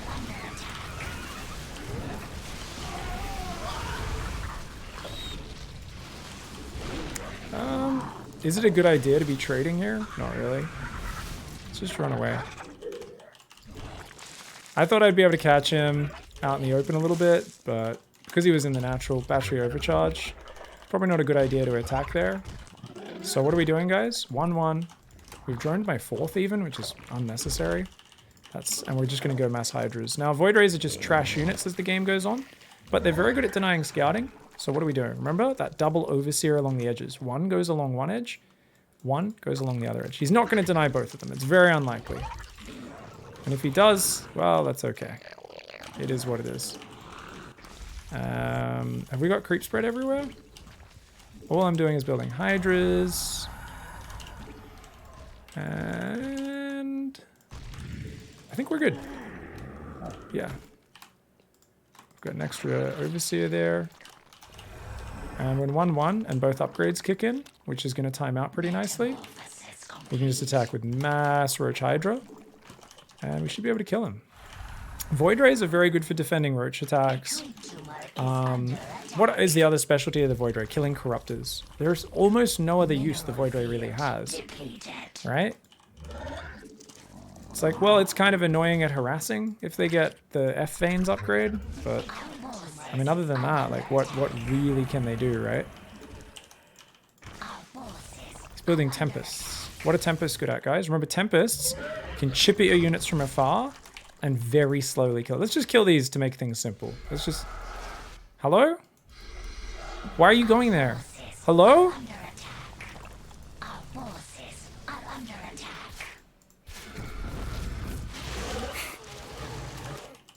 Anyways, I'm taking a long time to actually go kill him, so let's get a move on. He's got a disruptor, so let's bring some guys from the left. How long till move speed's done?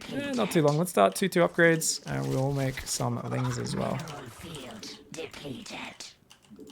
Alright, these guys can come up here. See, the changeling's always our biggest scout, and we're just ready to spread our units out. Even before the shot came, we were already spreading.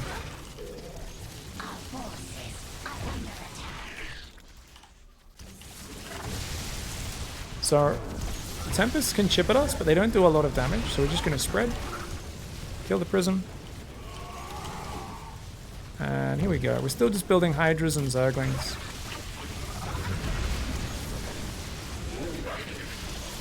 We're just going to click on the Robo.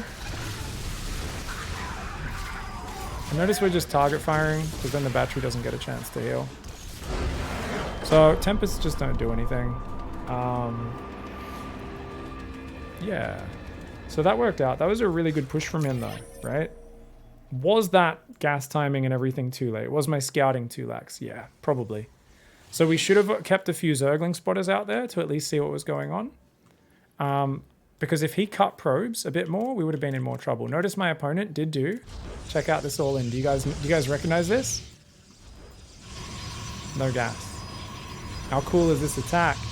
So this is nothing but just mass unupgraded zealots and one immortal and one warp prism and one stalker. Stalker denies scouting, and then everything is all in on that. The problem my opponent's having is that because this is so all in, they shouldn't have probed so much. They could have stopped at like 28, 30 probes, or at least paused there to get the gateways started and hit this much quicker. And the problem with this attack is it doesn't have any follow through because you have no gas mining. So you can't go into any of the follow-up things that are actually good for Protoss. Yeah. So I was doing the gasless, very greedy follow-up to my 12 pool. And remember, we did some great damage, right? So I had a rule. I was saying 430 before I take double gas. Well, in this case, I actually had so many drones out.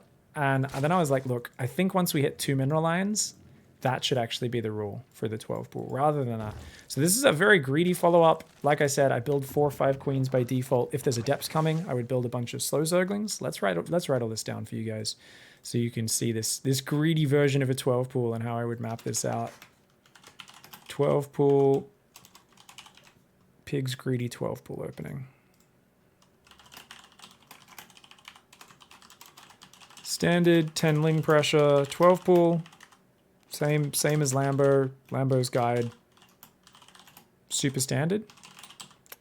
The difference is we delay gas literally forever and rush a third hatch. Okay, so we're going to rush that third hatch. So that third hatchery goes down really quickly, remember? In the early stage, we dropped that at maybe, what, 330 or something?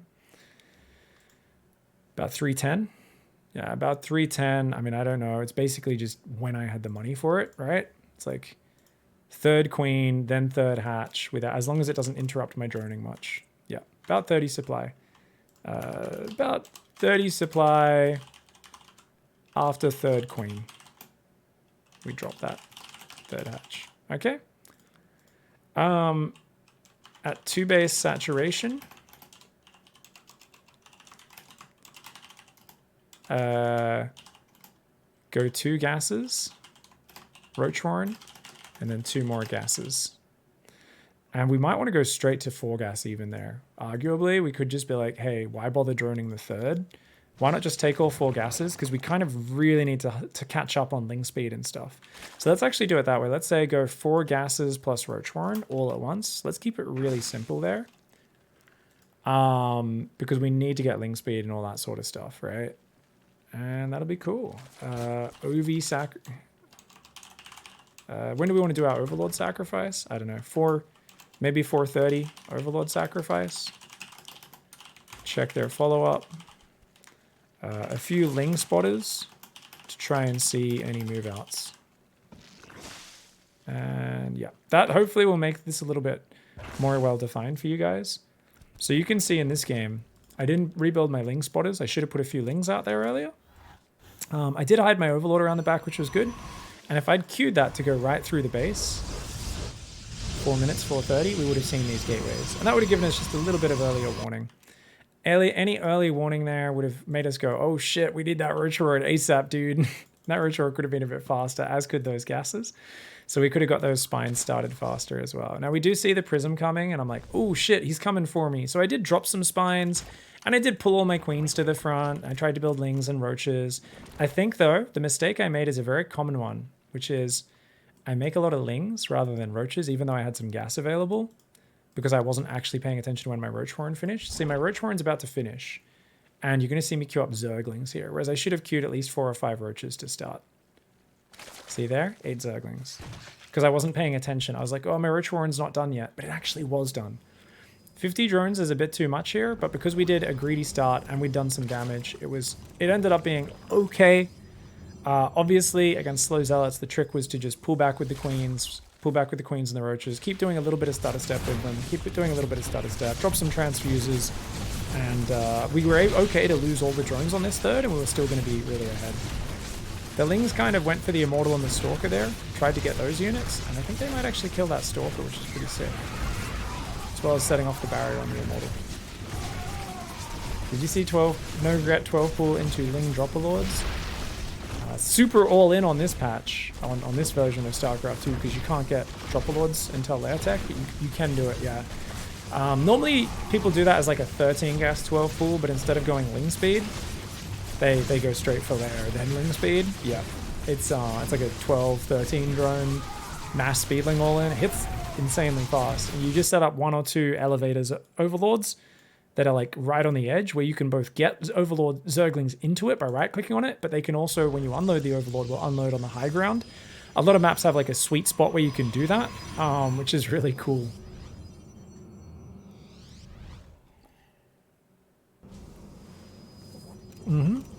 Thanks for the Bezos box. Cool. But once you hold, even losing the third base is fine. You might be like, well, you're only up a few workers, but remember, you've got to think about the context of what's happened. The opponent has no sentries, no forge, no Twilight Council, nothing but a robo, a pack of gateways. He's just put back on gas after his pressure's been held. So there's none of the normal advantages a Protoss player has. Against this sort of build where a Protoss pulls off gas, you actually could defend this sort of attack and have less workers than them, and as long as you defend the attack, you're ahead. Because all that matters is defending. They are making the most low-tier army. This is not even a pure charge all-in. This is a slow zealot all-in. This is the lowest tier of all-in. The moment you defend this, they don't have a backup plan, right? So this is like the definition of an all-in, where I could have lost 20 drones here, been on 30 drones versus 35, and look, what can my opponent do? Slowly starts taking gases as the attack's going on, probing, thinking about getting something. Whereas me, the moment I defend, I can just hold down the drone key, make the tech that I want. Roaches are already the better army that I'm building. As long as I take an efficient fight, it's okay. Thank you very much, Blazing Trees, to the Prime Gaming. Oh, yeah, no. Blood Feast, my man. Yeah, no, I call it the dumbass build because I used to get really angry when I lost to it. And I lost to it too many times before I stopped losing to it, guys. The dumbass build. Chat's talking about 14, the fake hatch first speedling floods. Yeah. So 12 pool's very powerful because we saw there, my opponent just messed up by going out and getting the zealots surrounded. If that didn't happen, they could have just, or they could have pulled some probes forward with the zealots to cover the zealots from being surrounded. If they just pulled 3 or 4 probes down, that would have been really easy because the probes would have stopped the surround happening. Could have just fought, maybe lose a probe or 2, maybe lose a zealot, but then the adepts out, and then they're counter pressuring me with adepts, and you guys would have got to see me making a much harder follow up because I'm being forced to build slow zerglings, and the adepts are picking some things off. So that was a very easy start for me because my opponent messed up their defense, and this is something that's really common when you're aggressive. Is I guess what we're showing here today with this Masters 3 approach is just how easy some of the wins can be and how quickly you can climb with aggressive play. The best lessons you get is actually when you run into a wall with your aggression and you go, how could I have made this work? So I guess I'm realizing that this is kind of a bummer that not many players are putting up a good fight. I'm getting ahead pretty quickly and rolling people, and I'm like, damn, shit, maybe I should have saved this for Masters 1. Because a lot of players just aren't responding to the aggression. They're pretty good responses, they're just not perfect responses. They're a few too many mistakes. Did you answer my question about 12 pool and saving lings like Cyril? Says Hodor holds doors. Nope. I did not. We got a ZBT here. Yeah. What are your views on 12 pulling Protoss and keeping Lings alive instead of going in? It all depends on their defense. You shouldn't be doing one or the other. You're attacking. It should always be flexible based on their response. If my opponent had 4 probes with their zealots, I wouldn't be taking that fight. I would have kept them alive, for sure. It's about learning to recognize. It's not Serral just does one thing. I mean, yeah, Serral's probably a bit more defensively minded because Serral's always way too, I would say too defensively minded as a player, right? As good as he is, he's a little too defensively minded. It should be opportunistic. It should be opportunistic. Think of what Raynor would do there. Raynor will save his Zergling sometimes, but it depends on if they give you the opening, you take the opening. If they don't give you the opening, you back off. This is attacking 101. You shouldn't be choosing that before the game starts. You should be yeah, you shouldn't be choosing that before the game starts. That's something that's what we've been talking about the whole time. Is anytime you attack early game, mid game, late game, you always want to, as you do that attack more and more, you always want to look at, okay, why was this a good decision or why was this a bad decision, and you want to build up your pattern recognition to kind of try to see what's going on. Let's do the 5 roach build again, shall we, guys? Or maybe even the 3 roach build. Maybe we'll do the 3 roach build again. Actually, that's such a chill one, and that can actually put me in some harder positions sometimes, I think. Because people were really struggling versus the 5 roach build. We'll see. Actually, I think they both have their strong sides and their downsides. So I mean, we'll do 5 roach. We'll do Lambo's build since I think this is the better build, and we'll see if people are going to put up a bit of a better fight this time. So notice that's going to wall off Reapers from running past, which is good. And we'll go 4 Lings, which will go up here and then in there. Ooh, SCV coming. Okay. Our other Overlord will go over here, by the way. So let's try and go over there with 2. And then these ones here. Let's try and... we should have done a better job of microing that. Trying to intercept him. So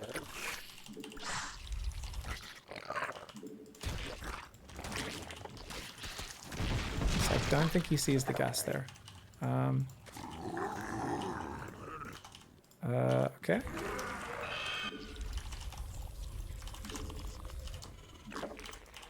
I accidentally didn't have one of my guys on gas, guys, so it's a bit of a problem. Also looks like maybe I built... Ooh, good micro from my opponent. Oh, come here, come here. A really good micro, really impressive. I built this roach in the wrong base. That should have been from the natural. Oh well, that's okay. Let's see if we can get it with the next 2. Yes, just before it finished. This is all keeping him back, right, guys? This is all keeping him back. If we can make 1 Ravager, that would be great. No, no, no! I thought I selected the Ravager here. I didn't want to make my back Ravager. There we go. Okay. Very sloppy. Sloppy pig. Sloppy pigoo. Pigoo, why are you so sloppy? Cyclone. What a Chad gamer, guys.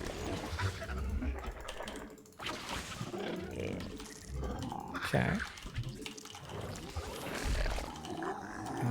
And yeah, I'm joking, but it is actually, it's very hard to micro against this. I'm actually going to pull my Overlord back because he just has the superior unit, right? Let's build a, do we want to build a 3rd queen? Let's build a 3rd queen. Let's get some creep out.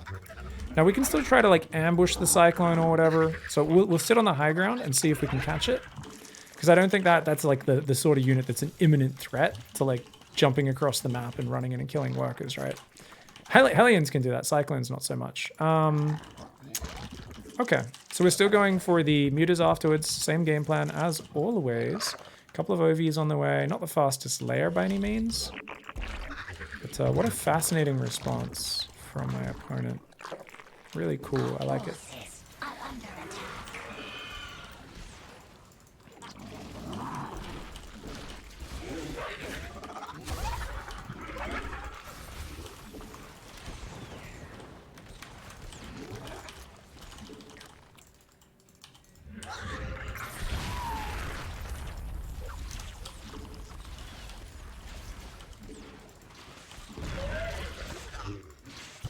Ooh, yeah. So this is a really interesting early game scenario. I'm going to send an Overseer through just to see what's up. And these guys go there. Okay. Yeah, I mean, this is interesting. Do we make roach speed? Like, what do we do from here? Well, the Overseer should give us some info. This is bio. It is actually 3 racks bio on 2 base, guys. Our forces are under attack. Oof, good pullbacks, good pullbacks. Our forces are under attack. Ooh, I think we hit that.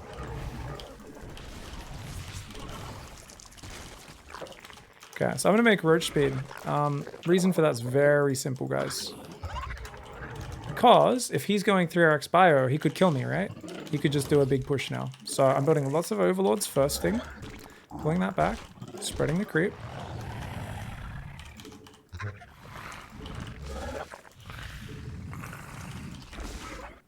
There is a 3rd CC. A creep tumor is under attack. Okay. I think I was waiting to build mutas there because I thought there might be already be an attack on the map, but because I see him at home and I see a 3rd CC, I'll build the mutas. So my mutas are kind of late, but hopefully they're all the more surprising because of how much I've delayed them. Fingers crossed, okay? And he's still got a very scary army, as I said, and my gas count kind of sucks this game, right? So I'm going to be building roaches already here. These mutas are all going to bank up down there before they fly in. Lots more overlords. We're also going to drop a little bit of creep there. Let's put these guys up. I'm building roaches, yeah, because he really looks aggressive. Like 3 racks before 3rd command center, remember, is a big sign of aggression. Lots of production coming out, but we're going to make it very all in. Metamorphosis complete. So we can try to bio like tanks and stuff like that. We just want to like force a siege up there, right? We don't need to do too much more than that. Our forces are under attack. Our forces are under attack. Yeah, they're doing damage. All we need to do is survive. That's all we need to do is survive. Because he does not have answers to the nut-nuts. Our forces Okay. are under attack. A creep tumor is under attack. So we're just pulling back, letting the stim wear out. Hive cluster is under attack. And now we're going to go for it. Forces are under attack. If we get rid of that tank, that would be huge. Okay, so I'm going to pull my mutas back now. But this was very important that we scouted this, right? So I was being on the greedier end, but remember, we scouted it. And if there was no 3rd CC, I wouldn't have even built mutas, right? So my Overseer went through, because I was like, wow, this is so weird, the Cyclones early on. And I was like, I need to check what his follow-up is, because I don't have any information. Because my roaches didn't get in there to do damage. But I saw 3 barracks, a factory, a starport. That's full 1-base production really early. So he could go stim, shields really early, and then have medevacs. Thanks for the Bezos could do like box. 2 tanks, 20 marines, stim. Mutas can't fight that front on. Now, mutas can absolutely do damage to a bio player if they're not in position in their mineral lines, but I wasn't sure how much army was already out because this opening had already been a little sloppy. So I kind of hesitated on building mutas here. I was like, man, I've already droned my 3rd a bit. He hasn't even started a 3rd CC. So I was like, ooh, okay. And when you've already, and the thing is, you might be like, well, what's a safe lead? 10 drones is safe for Zerg. In this sort of game, I'm hitting with a roach attack that hasn't really done any damage. I'm going into fast mutas. I'm not doing a big economy style. I should really be on a pretty similar work account to the opponent, right? Obviously, if I do a lot of SCV damage, that changes. But me going up 14, 15 workers ahead is that is quite greedy, right? Based on where the game is, since I didn't kill any workers early on with my Roach Ravager attack. So I did make his command center lift off. It's something, you know, there's a disruption on both sides. But because I saw, okay, your army's just chilling there with the Changeling, you are building a 3rd, I was like, okay, I can get out 1 round of mutas and then go back to Roaches. But notice even at this point, I'm like, oh, I'll take 2 gases, but I probably don't want to drone up too much. I'm only on 52 workers. I was like, I should just build roaches just to be safe here. Get a good pack of roaches out. I've already built plenty of overlords, so I've got lots of supply free. Remember, what do we always say? If you're unsure what to do in a scenario, obviously scout to get more information, go half and half between economy and army, both decent sayings. But the bigger one, if you want to be ultimately flexible, is build overlords ahead of time. Because the more supply you have free, the easier it is for you to go, oh shit, my opponent's coming for me. Build nothing but roaches. Build nothing but zerglings, that sort of stuff. Can you check what he saw with the SCV? For sure, yeah, we can check that. We'll go back and check that in a little bit. So this push was quite scary, but yeah, I kind of just kept backing off because I knew he didn't have that much healing with it. Every stim was like, you know, the energy's going to run low. And I also didn't quite have my army up, right? I didn't have Evo chambers yet. I wasn't quite up to that next stage. But I kind of, as soon as I saw that army move out, I knew he was going to have nothing at home to defend the mutas. So I was like, oh shit. Okay, mutas are just going to go after the SCVs, wreak havoc. Most of my attention has to go into just surviving with the Roach Ravager. I'm like trying to just make as many roaches as I can. And I was a little sloppy. So what I could have done here, especially at this point of the siege, is I should have set my rally points here. So you select your hatcheries, right click there, right? And then select this hatchery, right click up here. Otherwise, your roaches are rallying into their death. So witness what happens with me rallying roaches derpily all on one control group around. Look at this. What do these 3 roaches do? So you want to do, whenever you're pulling back like this and they're getting between the rallies, the ability to quickly change your rally point and kind of box the units that are coming out and just like get them, oh, you guys wait here, oh, you guys wait here. And if he pushes in there, then you can bring the guys up. But you want to keep trying to pull back from multiple sides and do what you can. So you'll notice a lot of my biles were defensive. I was putting them in front of his army and kind of backing off and going, if you want to chase me, you got to chase me through that. And I was trying to not fight in range of the tank at all. And my mutas did end up killing that missile turret, and obviously they're basically game winning. And he comes in with a really good push here, which really takes the fight to me. So this was a really nice play from Brick, by the way. I love Lamp. Shout out to Brick. Brickick from TSOP. We get enough roaches, because I had massive roach production. I just needed to get enough roaches. And remember, right from the start with the Cyclones and with seeing stuff, I got roach speed earlier than normal, because that's the most important upgrade to make these roaches decent defensive units. Yeah. I'm trivializing their sacrifice. So that SCV, when did it come in? Like 2 minutes? 1:30 maybe? I think it might have still seen the Roach Warren. Also, the block was over. It kind of tells you that you've got a Roach Warren anyway. So what I should have done, guys, is I could have used all 4 lings, or with these lings, I should have like stopped in front of the SCV, hit it, pulled back, hit it, pulled back. And if I got a few more hits on it before it got past me, we might have killed it. Likewise, if you're in front of it on creep, you're going to kill it very easily, right? Because once they get on creep, they catch it really fast. He doesn't see the Roach Warren. He doesn't need to. Cancels the reactor, makes deck. He's like, this motherfucker's making roaches. So he goes for the fastest ever 2 Cyclones. Really cute response here. I think he could have been okay with the reactor and just building Marines there and getting a bunker up. Would have been okay, because the Reaper's here to defend. But one mistake is the Reaper hid behind the command center. Now, you could argue, well, that's not a mistake, because that baited my Zerglings in. Problem is, what's the bet? My opponent made mistakes while microing this. He actually remembers to put on gas there. So that's not bad. But look, now he's microing his SCV. What's the bet? The barracks and the factory don't swap straight away during this. So this is my opponent being too greedy. If he just left the Reaper on patrol in front, he doesn't even need to pull the SCV off. 2 lings, you kill them so easily. This could already be swapping and building. So this is a common thing where I do the same thing. I get too fancy. I try to hide my Reaper out of Overlord vision so that they bring their Zerglings in. And I'm like, yeah! And then I'm messing up my build behind it. So just little mistakes like that can add up a little bit. And yeah, if you get the reactor, you can just get Marines in a bunker easily in time for this. This was a really slow 5 roach pressure that I did this game, partially because one of my guys was off gas. It's also not the shortest rush distance map by any means, but I didn't actually hit him till about almost 330. So not the fastest roach ravager pressure. I'm not sure what the fastest is you can hit with this, but maybe 320, something like that. But it worked out. GG's. Oh, damn! Hot damn.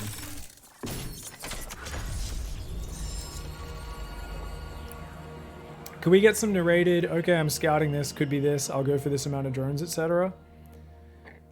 Yeah, it's not always exactly that. I mean, usually I'll say, okay, I'm going to go more, okay, this could be aggressive, so I'll make roach speed and I'll make some extra overlords. So what I'm doing there is I'm delaying some drones a little bit to do that. I'm keeping myself open, right? Like that game, I even held off on the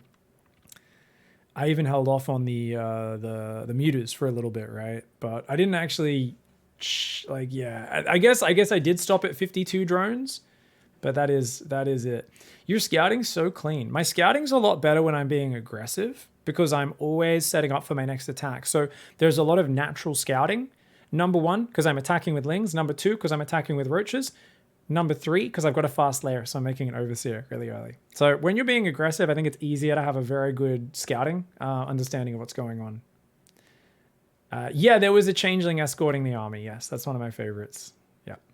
Thank you, Blazing Trees, for the Twitch Prime, Oreo the dog with the Twitch Prime Gaming, and Logic with the 56 months. Guys, if you're enjoying the stream, don't forget to click the sub button, click the tip button, click the cheer button, and of course, hope you do enjoy the show. Guys, that's going to sum up Masters 3. I mean, I wasn't sure how this would go. I wanted to do something very different, really aggressive play in Masters 3. And just see kind of what happened and show you guys some different openings.